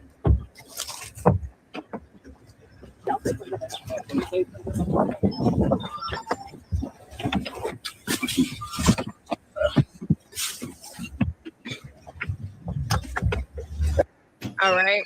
All right, so that's you guys, and just wanted to show people a little bit of you guys' connection. Now, fast forward, he needs an attorney, right? He gets a bond, he gets out on release, or tell us how that went leading up to where Mike Howard comes in, because there's a lot of confusion about Mike Howard and things like that, and they think that you brought him to the family or anything. Can you clarify? Can you speak to that? It's one of the things that Nick, I literally found out this was going on real quick. The bond hearing was set for a Tuesday. Mike Howard was hired before the bond hearing. Okay. Mike Howard was hired 4 or 5 days after the incident. Mike Howard was hired on a Sunday. The family literally interviewed probably several attorneys. Okay. Andrew met with multiple different attorneys. Out of the 9 attorneys that they met with in our office, 7 of them were Black.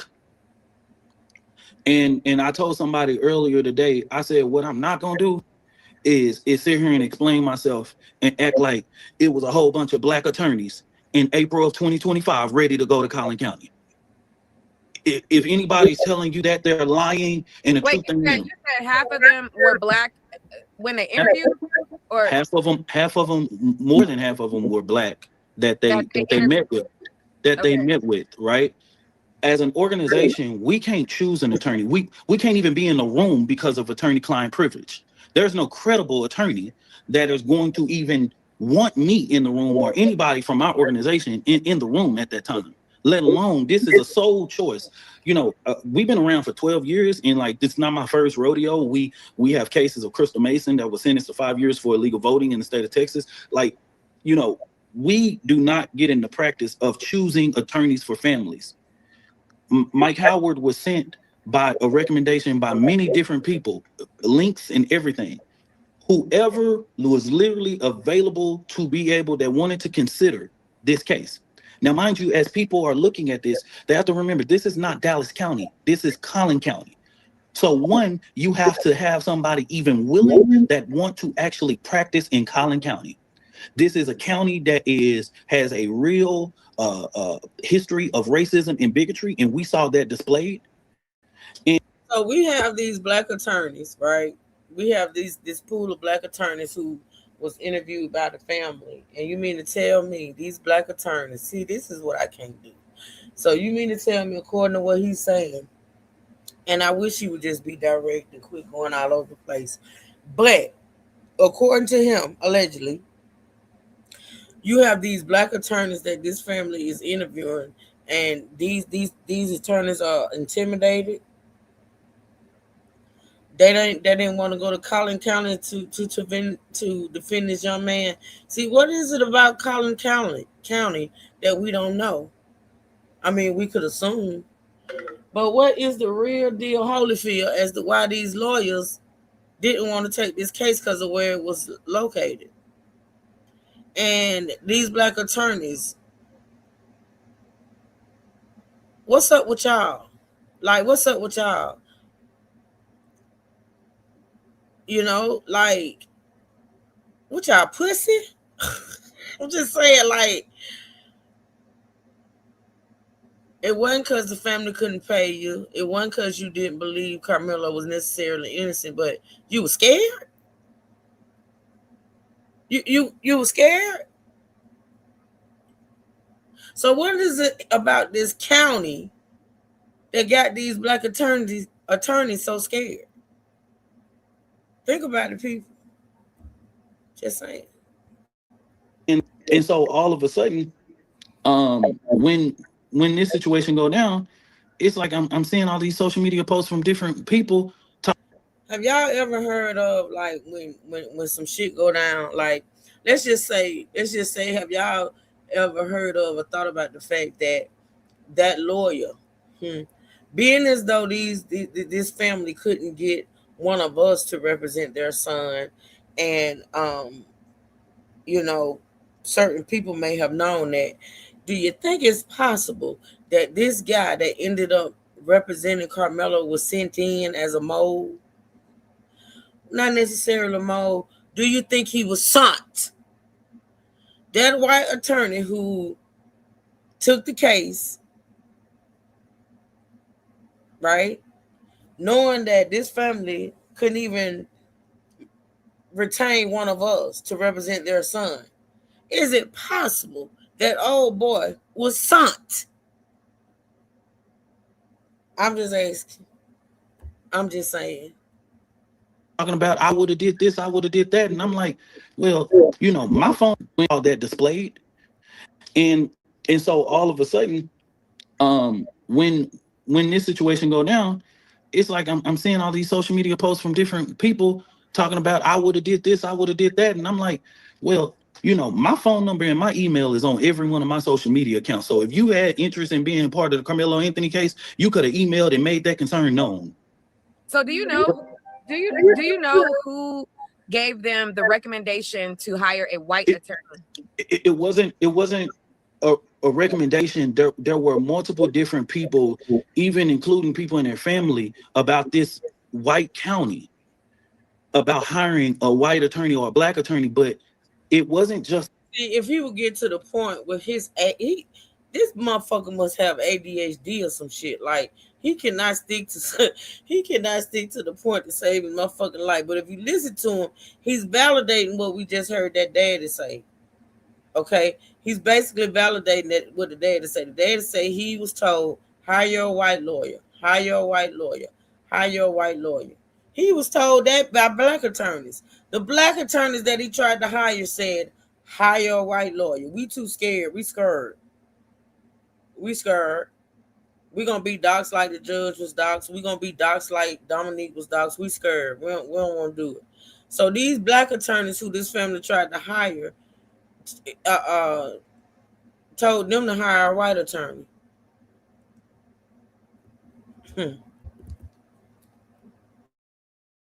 Different people, even including people in their family, about this white county, about hiring a white attorney or a black attorney. But it wasn't just about solely hiring a white attorney. Let me make this very clear.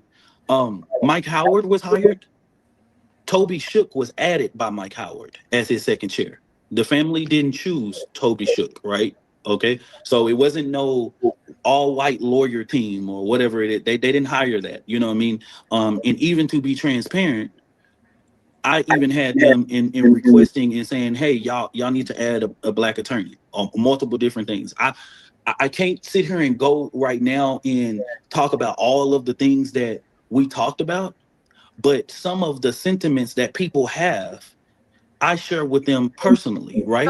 So basically what I'm gathering is people felt that because, and this is just kind of what I'm gathering, people felt that because the town and the infrastructure of the courthouse is racist, it might be better to get a white attorney to get better outcome. Is that what the thinking was? That was some of the thinking, but the reality is that there were so many different black attorneys rushing for this case.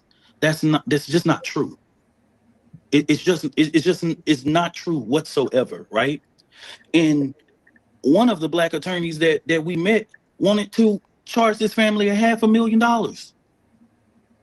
So it's like, I'm like, hold on, wait a minute now. I know we ain't gonna sit here and act like that it was just a bunch of black attorneys that were for an option. And then black attorneys that were familiar with Collin County, you know? And so, you know, with that being said, I believe Andrew did what they could do in this situation, but nothing indicated. And when you say Andrew, because everybody doesn't know Carmelo Anthony's parents' name. Okay, correct. Andrew is the father. Yes. Andrew and Kayla, which is the mother, did the best that they could with the options that were available to them. But I want people to understand this was not a process that, because I see people getting in their head, and I heard somebody was online talking about, oh, they did the bond hearing and then they hired an attorney. No, this family had 24 hours to hire an attorney. It was Friday when I met them. The bond hearing was on Tuesday. They didn't have a lot of, you know what I mean? Even I heard somebody said Dominique Alexander got them to fire a black attorney to hire a white attorney. And Nick, they had the audacity to quote and say that I fired my general counsel. Kim T. Cole is the general counsel of the Next Generation Action Network. She's a civil attorney. Okay. It's not even a, like, what the hell are we talking about here? You know what I mean? She's a civil attorney. Kim T. Cole is the attorney on Crystal Mason's civil case. Kim Cole is the civil attorney for Dejaria Becton, the young lady that was slammed by Officer Eric Caseboat in McKinney, Texas, pool party incident. She is not a criminal attorney. Billy Clark is not a criminal attorney. Those were placeholder attorneys in order to, when you have a situation, you're going to get anybody with a bar card to be able to get to this person and say, sit back and shut up. They were never supposed to be permanent attorneys. Mm-hmm. That's not even, I don't, it's kind of like stupidity, because it's like, am I supposed to respond to this stupidity? Mm-hmm. And if you gonna say this woman's name, at least you can go on that Texas bar site and say, and look at that little section where she practice areas, and it will say business, civil. if you gonna at least try to attack me, please get your facts together. But you're getting most of the blame for the attorney. Is that what you're saying? Yeah, that's what I've been hearing. No. It's like people saying that I chose the all-white attorneys, and I'm like, what? Wait a minute, huh? First of all, Toby Shook wasn't chosen. Two, I mean, Toby Shook was the better attorney. And that's what people said. But you remember, Nick, if you can just tell your viewers, what was I? Was I outside the court or in the courtroom? I didn't ever go in there. I didn't ever go in there, right? Okay, so like at the end of the day, like I can only take what y'all have said. Most people, everybody, even some of the people that I talk with that messaged me on TikTok were saying the same thing you said, that Toby Shook was probably the best one out of both of them, right? I don't know. All I can do is, as an organization, we can only prepare for attorneys to meet a family, and we walk out, and when that family went home, they called me a couple of hours later and they told me that they are going to choose Mike Howard. Okay. Either whatever part or whatever somebody want to create or whatever, and I just don't even understand the level of stupidity. How could I fire my own general counsel? All right, so being that he has been put in this position where it didn't feel like a fair trial to me or anybody else that was in the room, was there, or do you know, I'm not sure if you know or not, but like, were there any experts that were available to testify to talk about like bully culture or like anything like that? Or was there just no like experts, or do you know? I don't know if you know. Yes, there were experts. There were resources that we donated for experts. Money that we, donated for experts to testify. There were people on the witness. There were 17 people on the witness list that I knew. At least 7 of them that let me correct this. 7 of them that. Yeah, they had 17 people on the witness list and we only heard 3. What the hell? Y'all listening to this? You talking about 17 people and talking about experts? We ain't seen that. He said that was experts that they paid for. 17 people on the witness list and we only heard 3. I'm thinking 1 was his mama. I'm just saying, like, what the hell is going? See, is that ineffective counsel? Allegedly. I'm just saying. My God, today. You know, they could have even had a therapist interview Carmelo. And I'm not even a lawyer, but y'all know I love the law. Like, I love this shit. But in my opinion, my thought is that they could have even had a therapist or a psychiatrist, a psychologist to interview that young man. Because they could have testified as to what his mindset was at the time. They could have sat down with Carmelo, interview him and ask him clearly what his mindset was. Like, these people ain't put in no effort to defend this young man. Sitting over there looking like old Abraham Lincoln. Man, I tell you, I'll be suing his ass. Soon as I get my attorney to deem his ass inadequate, I would sue his ass for my money back. I'm gonna need that coin back. I'm gonna need my money back because I don't feel like you did your job. You took my money. You did not defend my son. I'm gonna need a refund. I'm gonna need at least, give me back half. You keep the other half for just showing up. But let me get that back. This is ridiculous.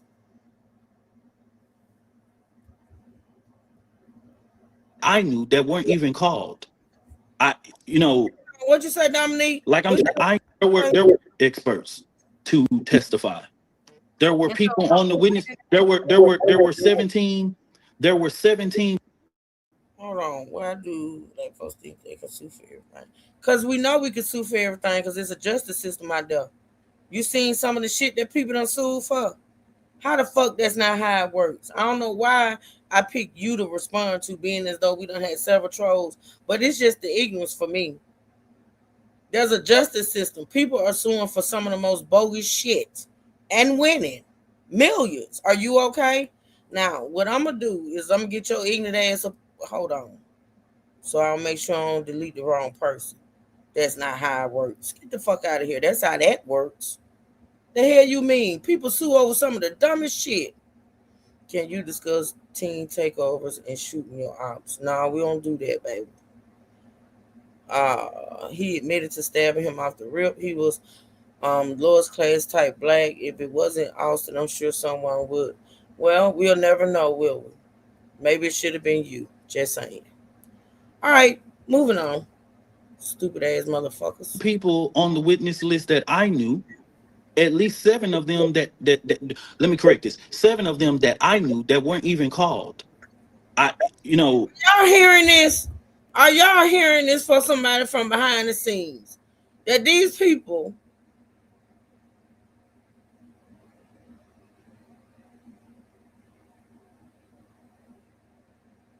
welcome to the chat, Kevin.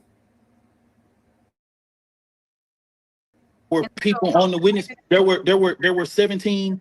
There were 17 people on the witness list that I knew. At least 7 of them that let me correct this. 7 of them that I knew that weren't even called. Like I'm trying to tell people all this time. There were 17 people on the witness list. 7 of those people he know weren't even contacted by the defense. What are we doing here? Listen. Not the case that I was aware, but mind you, as an advocacy person, we are not in the meetings with the attorneys to prepare the case. That's not something that I'm privy to. I'm not protected by attorney-client privilege. So, you know what I mean? Like, I know based off of documents that I saw in witnesses list, you know what I mean? But as for, hey, we're going to do this day, we're going to bring this person, we're going to do this, and we're going to do that. That's nothing that I have access to because I'm not bound by, I'm not protected by attorney-client privilege. Okay. All right. So going forward, now that Carmelo Anthony has been convicted and the family had a Give-Send-Go that was shut down, he's going to need a new appeals attorney. How can people get behind the Anthony family and support them?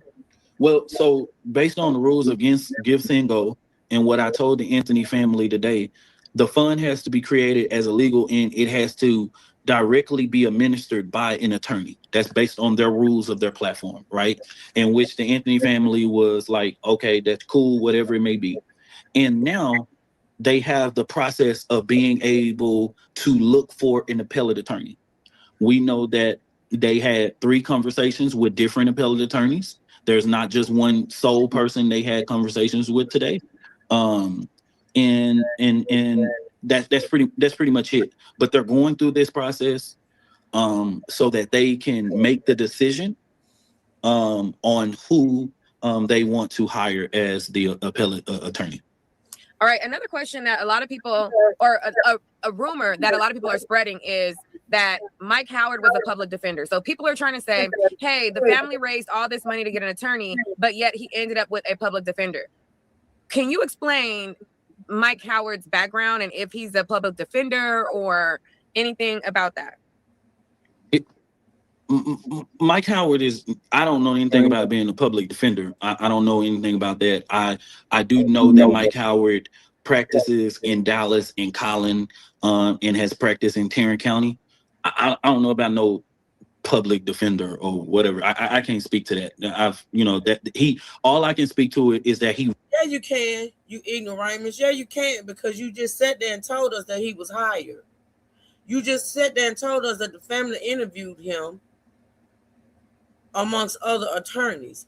You can definitely say whether or not he's a public defender, because going by what you just said, as far as how he was hired and how he came about, that's not how a public defender work. We saw we heard about from the paperwork how Carmelo now is claiming to be indigent and needing a public defender. If that's the same way that he got Mike Howard, there will be a record of that. You just said and explained, Dominique, you are full of shit.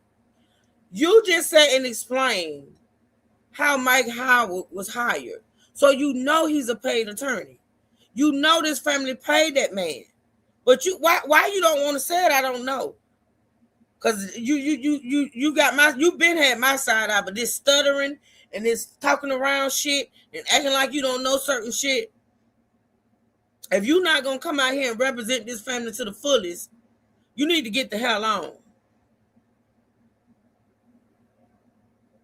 You need to get the hell on. If you're not gonna represent it,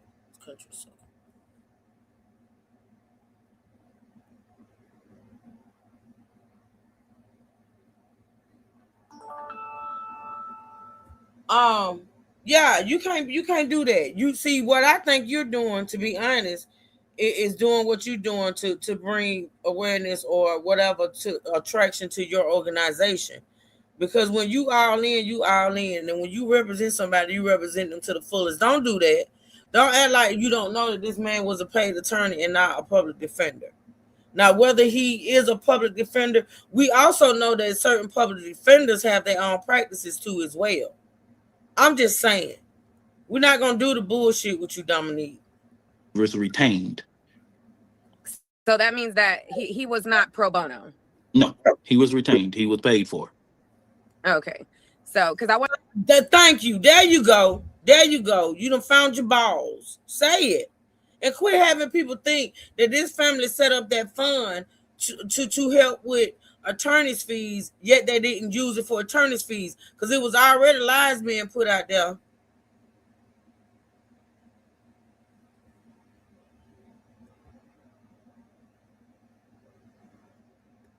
Damn it.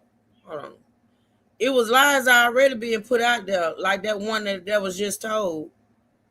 That the family took the money and bought houses and shit and things of that nature. So you gotta clear stuff like that up. Now let's listen. Is that he was retained? So that means that he. No, I don't.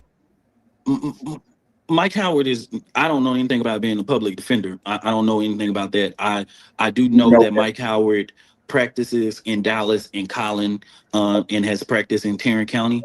I don't know about no public. Queen Shula, we don't even recognize those people, honey. We don't recognize hate over here. We just speak the truth. And, people be miserable. They wake up every day to troll. But I don't entertain it. I entertain that one because I just couldn't believe that statement was made. But nah, I'm just blocking. I don't have time. See, that distracts us from what we're trying to listen to right here. Yeah. These people,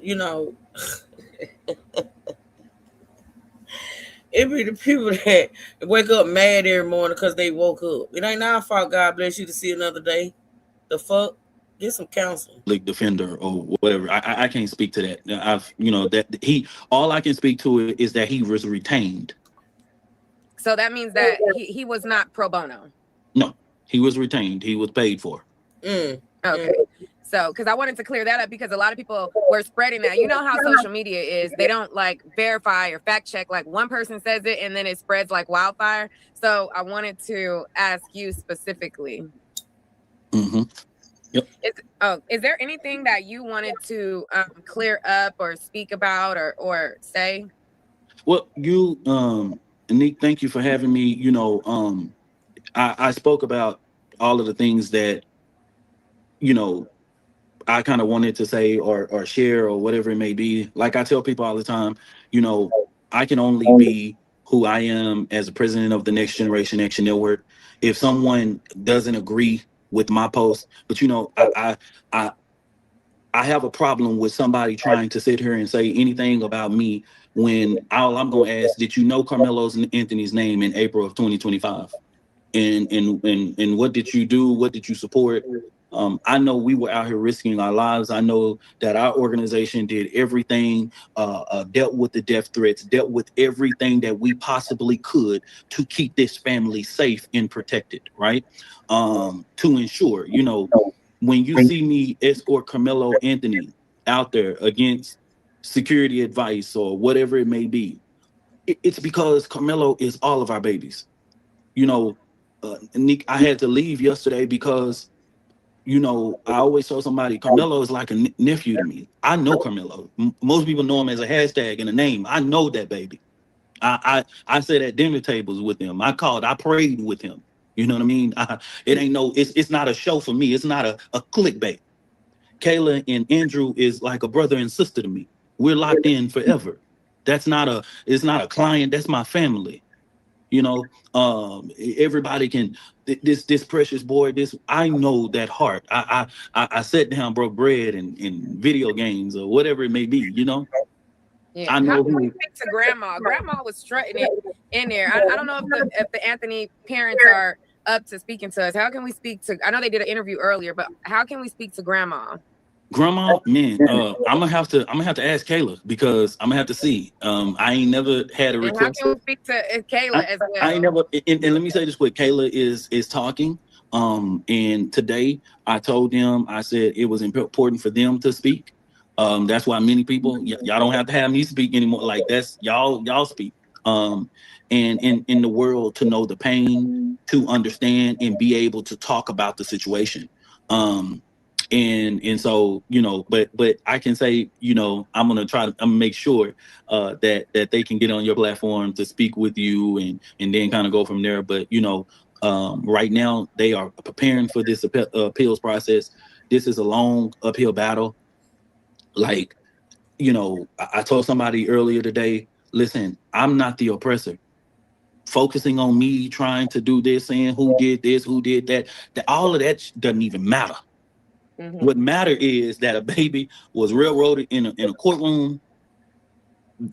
It was lack of transparency in so many different things, and we have to move forward. I'm not an attorney. I can't argue a case. I can't present evidence. I can't do anything, but continue to do whatever I can to ensure that that this family is supported. And they have to make that decision now, just like they are making that decision of an appeals attorney. And what they're going to do with that appeals attorney is make that decision, and they're going to call the Next Generation Action Network. And what we're going to do, just like everybody heard me say, we gonna write the first $10,000 check to it. All right. So I think that's amazing. And I'm glad that they have someone that can, you know, help along the way. What I want to know is the video, right?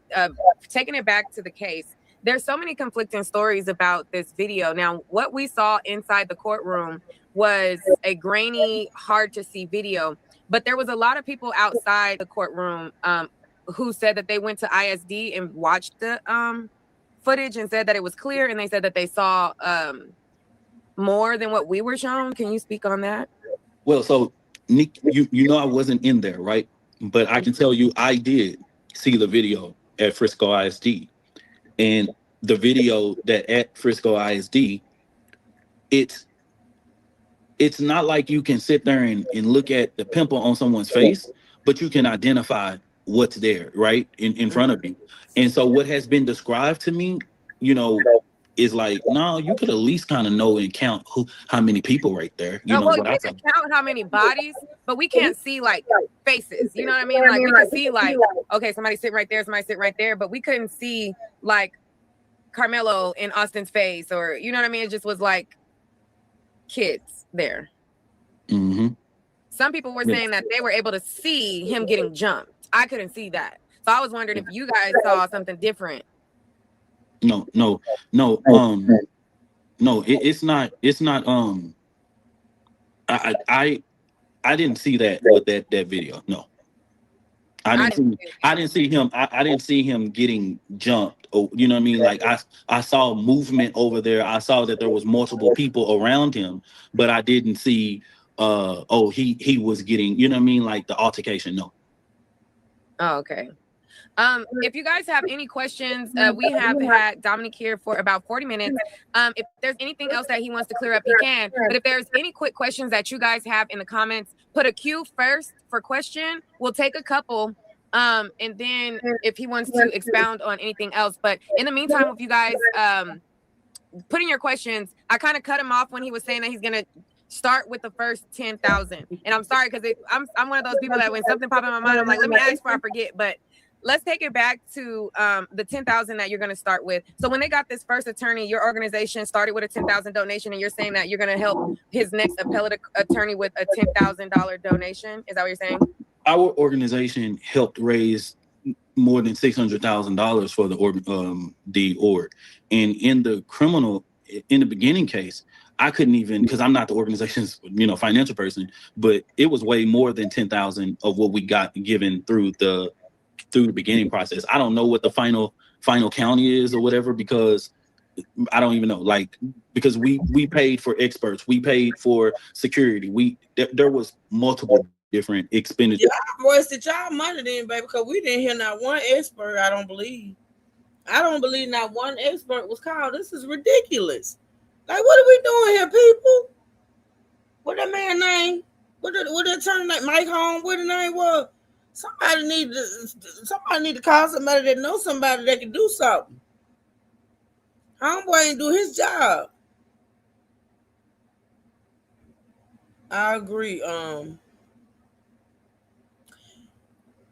Y'all pay for expert witnesses, and see, I don't even understand why you ain't upset about that. Y'all supposedly have paid for expert witnesses that were not even called to the stand. From what I understand, and I could be wrong, but I'm gonna make sure I'm right when I come back. It was 2 teenagers that testified on behalf of Carmelo, and they weren't even strong witnesses. Like, what are we doing? What is going on? And stuff like that. But starting off this appellate process, the main focus was that we are going to make the first seed into this appeals process. All right.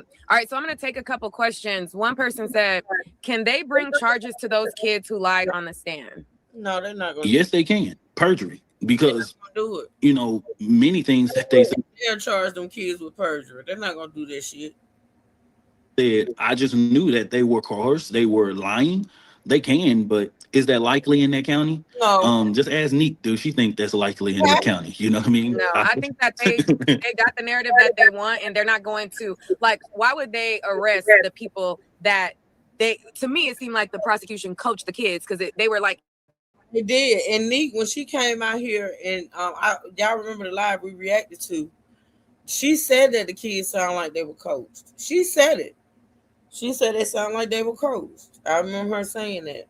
Hitting buzzwords that you can tell. And then at one point, the prosecution was like, he asked one boy, he was like, well, you the one said provoke first, right? We didn't tell you that word, but he asked none of the other kids that. So that made me think, okay, maybe one kid probably used that phrase, but everybody else, you drilled that into them. That's just what I thought. That's just what I came to. But I don't think that they're going to do that. Like, why would they do that? Like, that they needed them to do that in order for them to get a win. This has been floating around. Those kids with perjury, those kids will have to come out and say, well, they told me to say that. So if they charge those kids with perjury, hell, they will be telling on themselves. Think about it. They ain't gonna do that. Social media as well. Someone says, do you think he's safe where he's at? Because it's being said Metcalf's family member is the warden.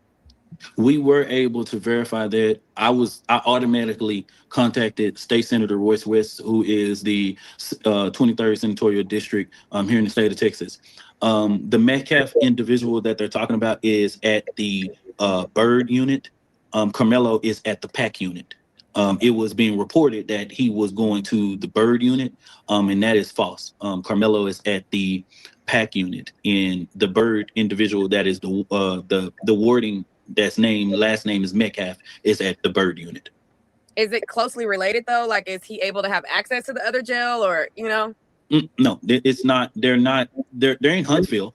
I believe I don't believe the PAC unit is in Huntsville. It's in one of those. And don't get me to quoting these cities, because these are not the most populous cities, right? You know what I mean? I don't know the exact city where the PAC unit is, but it's not in Huntsville. Byrd is. Let's be honest. I'm gonna be blatantly honest about what it means for Carmelo, as far as a prisoner, no matter what prison he goes to, if it's in the state of Texas.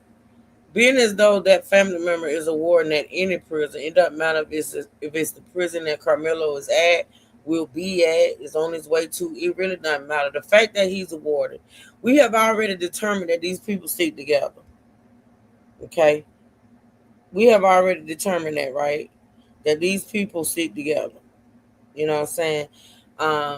You got the family members, the Metcalf family, or the dad, having close ties to the judge and the DA and this and that and the third.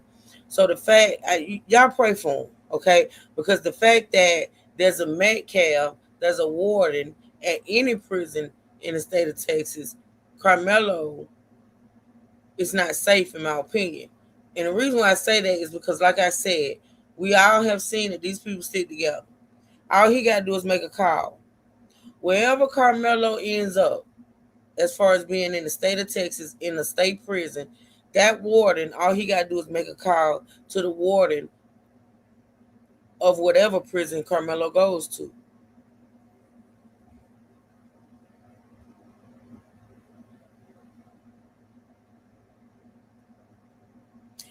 Anybody know anything about prison will tell you that blacks need to worry about the black community balance.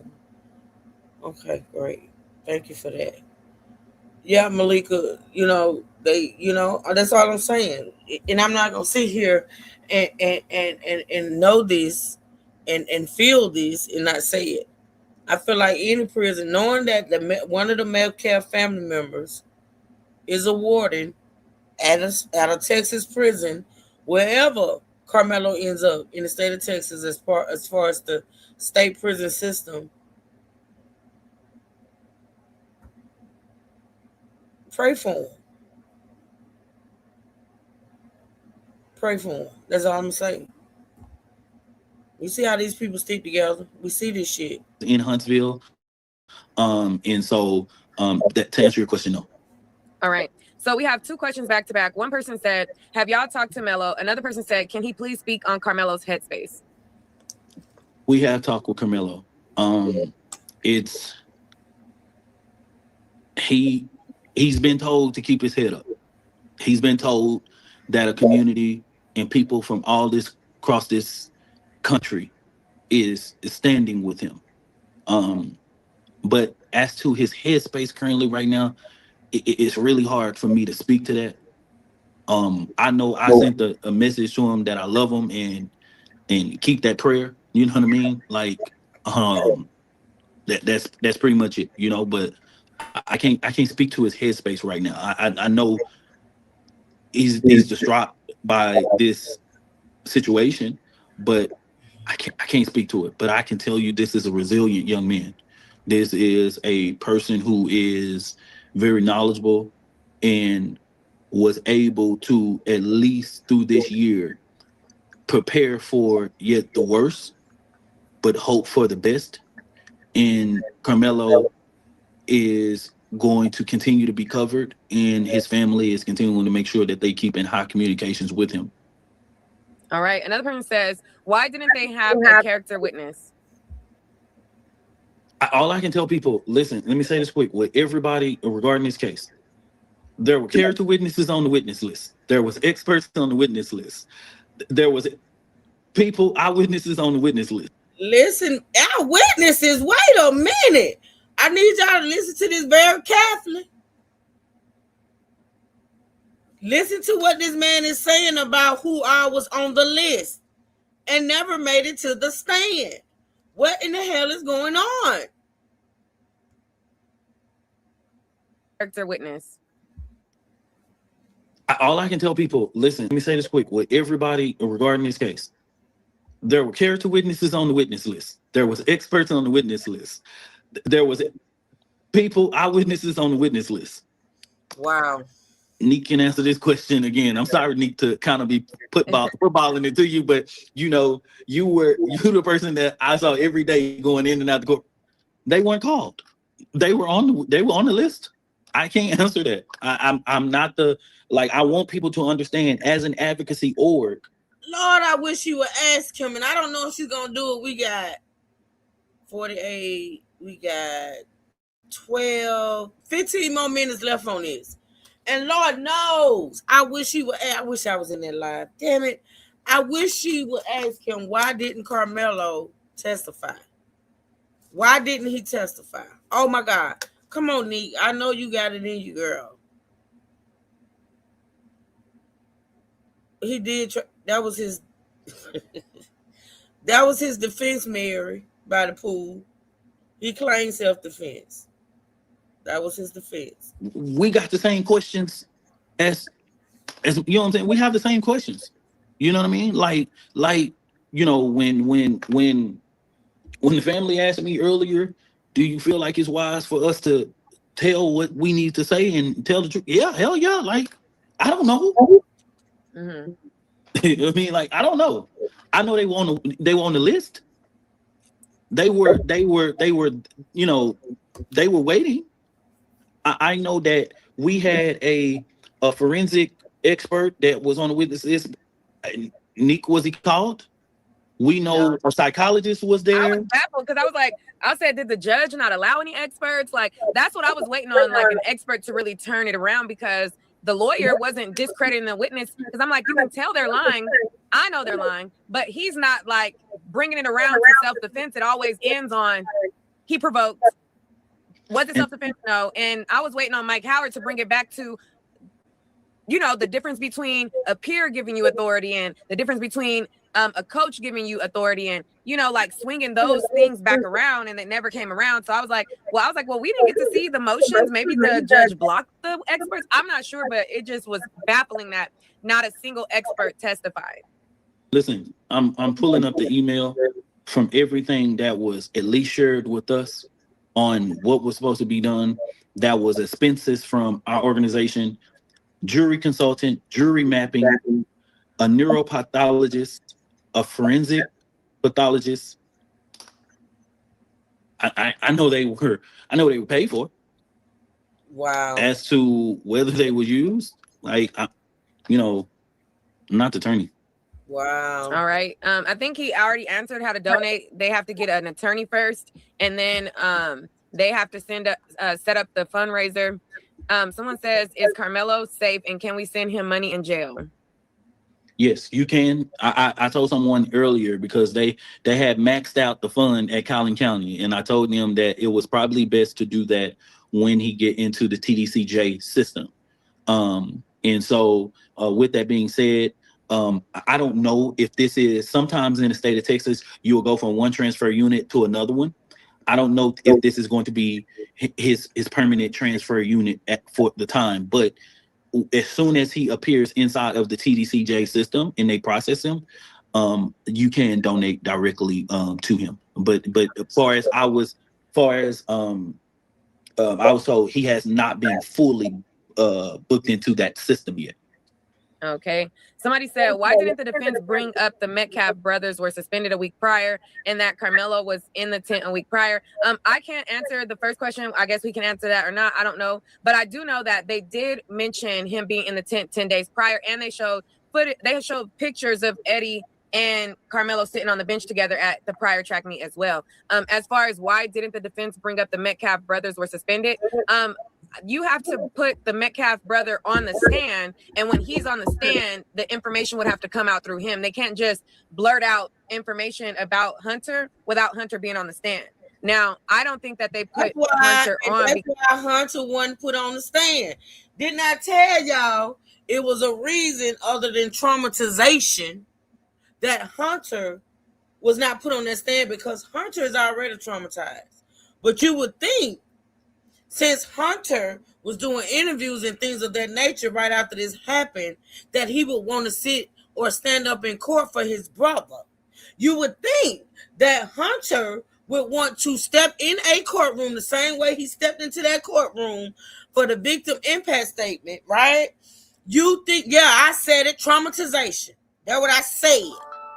You would think that since Hunter did interview after interview after interview right after this shit happened, I'm talking about like a day, the same day it happened, they were on the news doing interviews, right? Hunter had no problem speaking out.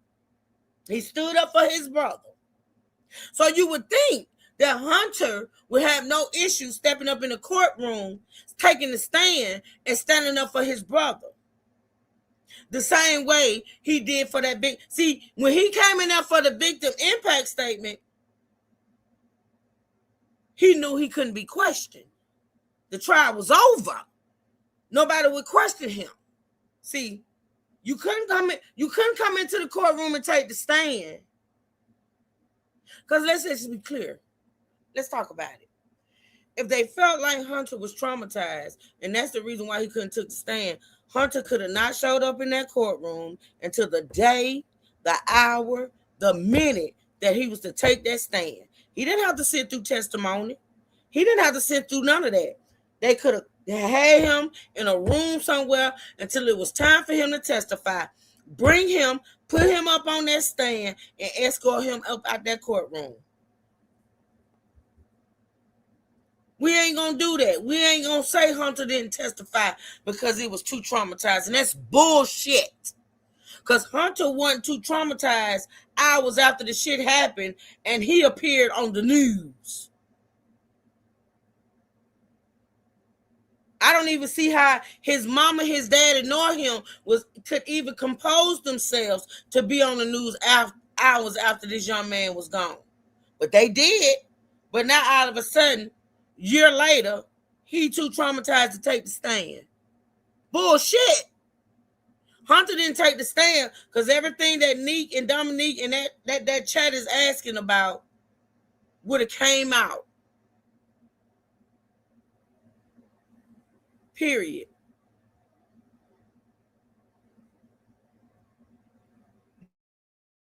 Because you have to put the Metcalf brother on the stand, and when he's on the stand, the information would have to come out through him. They can't just blurt out information about Hunter without Hunter being on the stand. Now, I don't think that they put Hunter on because all of the other kids were lying. I think it was a gamble for him to get up there and, do a whole performance and break down and everything like that. But I'll ask Dominique, what does he think about it? Hey, I echo the same words that you echoed. I think it was a risk. It was very clear and obvious that Hunter Metcalf was not seen at the Collin County Courthouse until the press conference afterwards. I remember somebody saying it seems like Hunter was able to find the courthouse because he wasn't there throughout the trial. He wasn't seen in the, we were able to see the dad and the mother, and they were walking in and out. We didn't see Hunter. All I can say is that I don't know why. I don't know. And to even go matters worse is that we were also told that Hunter Metcalf was also in alternative school at that time and wasn't even supposed to be at that track meet. Was that explored?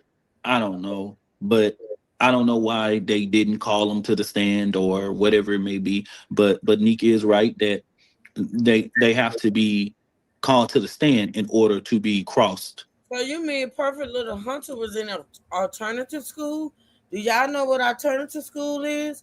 I don't know what it is in Texas, but here where I am, alternative school is the school you go to when you're suspended from your regular school because of behavior.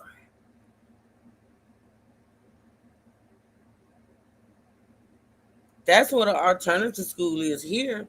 I don't know what it is in Texas. I'm not in Texas.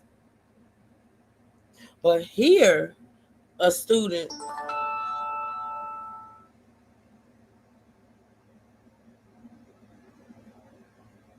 Hold on a minute, y'all. Let me make a call right quick. I'll be right back. Give me a minute.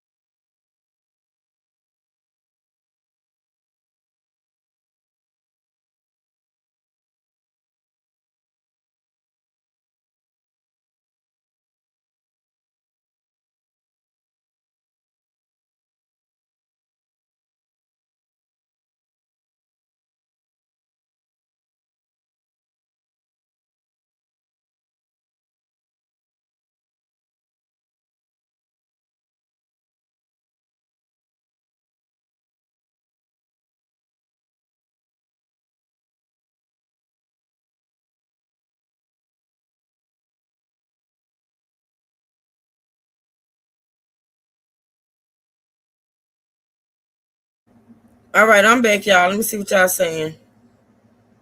I'm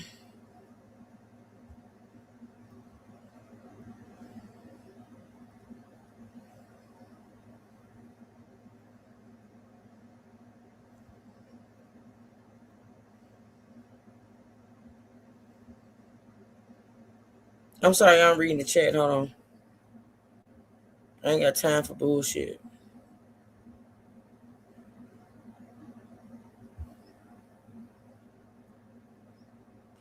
I had a few friends that went to alternative school and they had nothing to do with behavior and everything to do with bad grades. They fell too far behind because, no, well, that's probably where you are.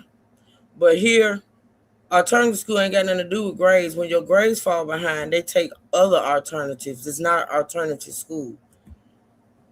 But you know what? Let me do this right quick. Hold on. I done bit. Try not to respond. Yeah, don't respond to them. That's what they want. You know, there are weak individuals that don't get attention in real life, and so they wake up every morning to troll in order to get attention on the internet because they are misfits in real life. Like, they are really fucked up in real life. Nobody pays them any attention. They get no love.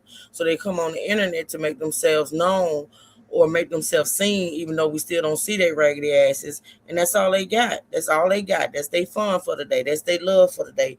For somebody, a content creator, or, you know, a chat to recognize them and go back and forth. But they get no love over here, period. Now, with that being said, let's do this.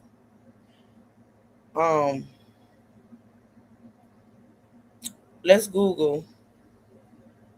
Because, see, I could be wrong. But I know what the ones here.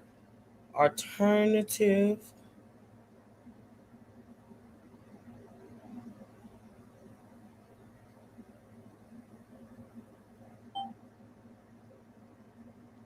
All right, Natasha.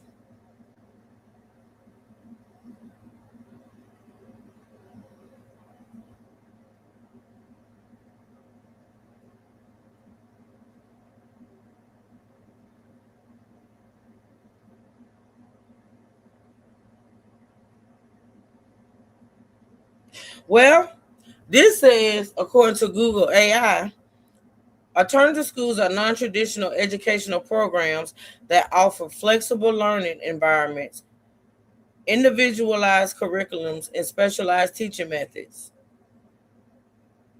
Yeah, here too, Malika. They don't send kids to alternative schools here for their grades. They help them. They tutor them. They offer them extra classes and things of that sort. But let's read the definition.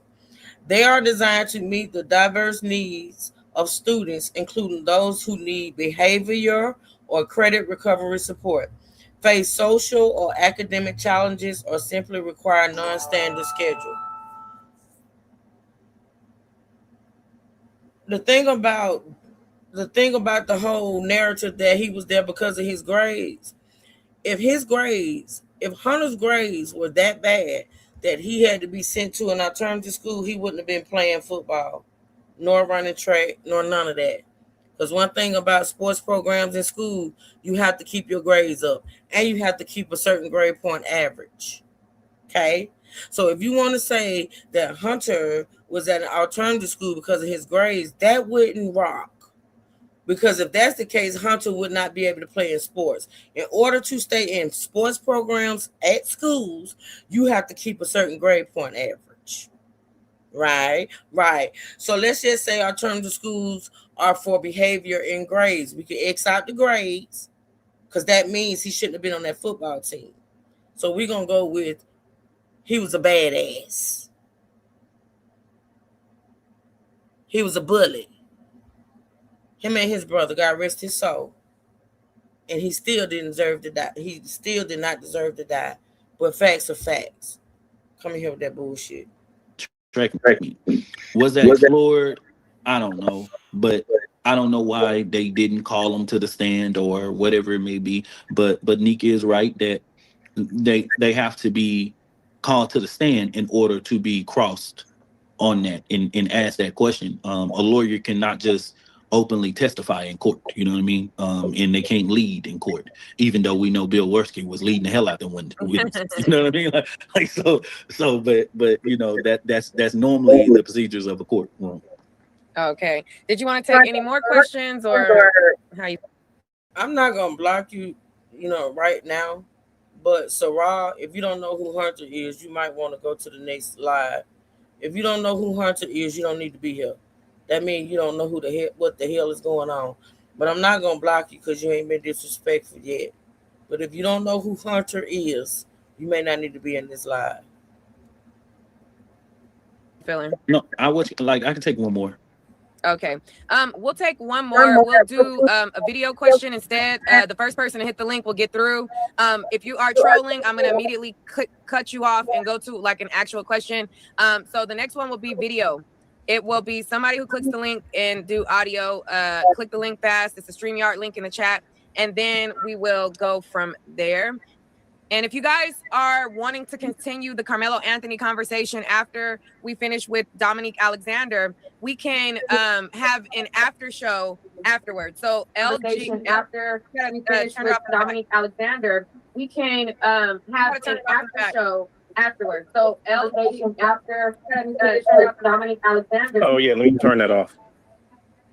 Got you. Can you hear me? Yes, go ahead. I cannot hear you.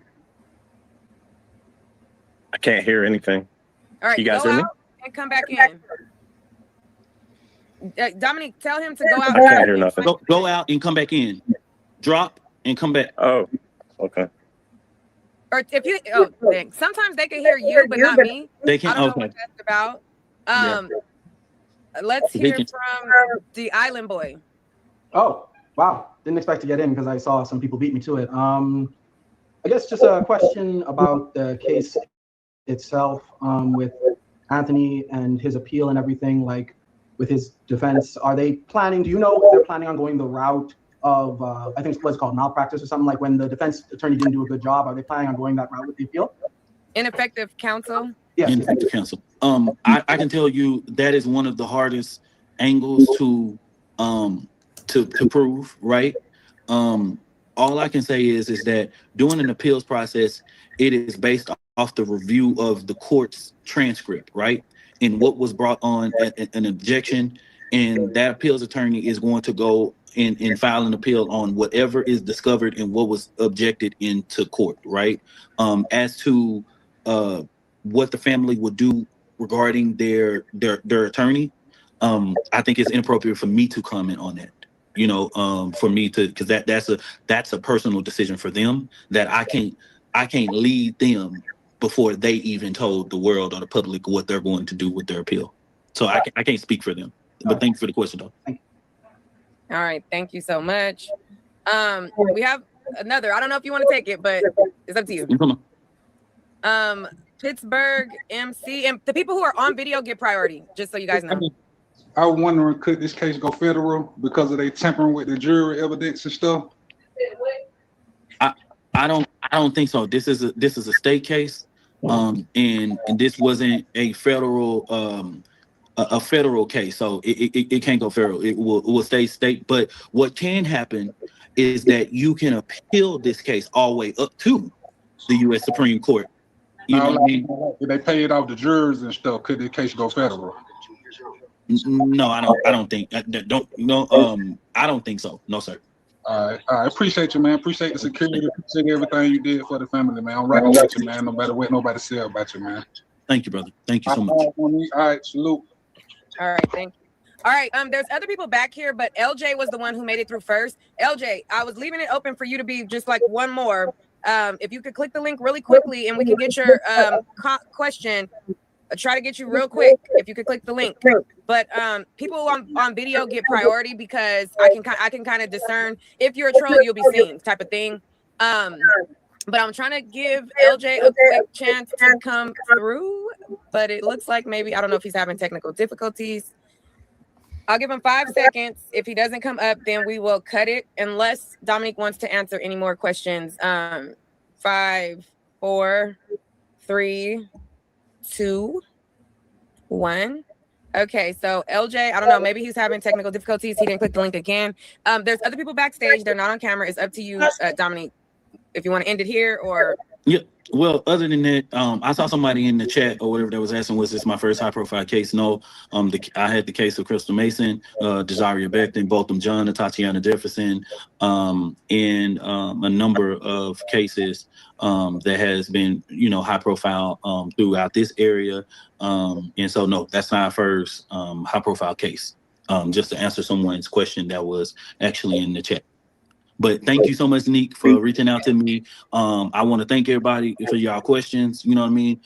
I know it's easy to, hear clickbait stuff and then you run with it and it goes. And I try to keep up with as much to make sure that I'm transparent in this process. But we got work to do. And we all will collectively do it together. And I want to thank you, Neek, for using your platform to keep our community. We're about to end it in a minute anyway. But okay, Tanya, have a blessed, beautiful day, sweetie. Informed, engaged in this process because we know that we don't have a lot of dependable sources in the media, and it's imperative that we have people who answer the call like you to be able to make sure that people are informed on what is going on. So I salute you, my sister, and anytime, anything I can ever do for you, I'm always one call away. All right. Thank you so much. I appreciate you coming on. And if you want to come back, if you have any more information on how we can donate to the family, how we can support the family, I will appreciate you so much. And we'll call it like that. I think the people who are backstage, I know there are so many of you who want to talk. What I can do for those of you, once I end this live with Dominique, we can all start a panel and I will bring all of you guys up. I don't want to hold Dominique for any longer, but I know there's so many of you guys who are backstage that want to talk, want to ask questions. I'm going to end the live with Dominique. I'm going to start a new live, and then I'm going to bring all of you guys up when you click the new live. You guys get it? Shake your head. Y'all get it? Elsie, you understand? Nikki? Okay. All right. Thank you, Dominique. And all of you guys on live, we're going to refresh the page. We'll come right back. All right. Bye. Bye-bye. We already got the money set aside for all right, that's gonna be it for today, y'all. Listen, like I said, y'all make sure y'all, if you're in the chat and you're not subscribed to the channel, hit that subscribe button, hit the notification bell. I will be back on Saturday to go more in depth on what's going on. I got a lot of stuff out there, and what we're gonna do is we're gonna go deeper into everything we talked about, and we also gonna talk about the case similar to Carmelo Anthony's case, involving a young white kid that actually was in the same predicament as Carmelo, did the same thing Carmelo did, and the charges and the sentence was significantly, less, y'all. Trying to look at Miss B comment and talk at the same time. It's fucked up. Thank you, Natasha. All right, Miss B, I won't. But listen, y'all. I'm not sure if I got to check, but I'm not sure if I got time to go over to the T channel for a couple of hours. If I check and see, and I am able to, I'll see y'all over there. If not, I will see y'all on Saturday. I looked at it. It's messed up. Yeah, it is messed up, Natasha. So, I appreciate y'all supporting this channel. Like I say, if you're in this live, or if you catch the replay, and you're not subscribed to the channel, please subscribe to the channel. Hit that notification bell so you'll be notified whenever I go live. We're going to be talking about this case for, I know at least until next week. So if anything else happens next week, we'll get into it. But, yeah. Don't go get rid of it. You're right. It's for children with behavior problems. Oh yeah, I know. It sure is. That's usually, even if kids have, like I say, problems in the classroom as far as learning, they don't send those kids to alternative schools for that. They take other routes. Thank you, Ms. Lynn. I appreciate it. I love y'all. I appreciate y'all so much. Y'all remember to continue to pray for each other. I will definitely be praying and thinking about y'all. And I'll see y'all Saturday when I return. All right. With that being said, y'all have a safe, blessed. Love you, Renee. Thank you. Y'all have a blessed, beautiful rest of your day. Okay. And until next time, truth seekers, stand up. And remember, I love y'all. I do. Okay. And we out. Y'all be good.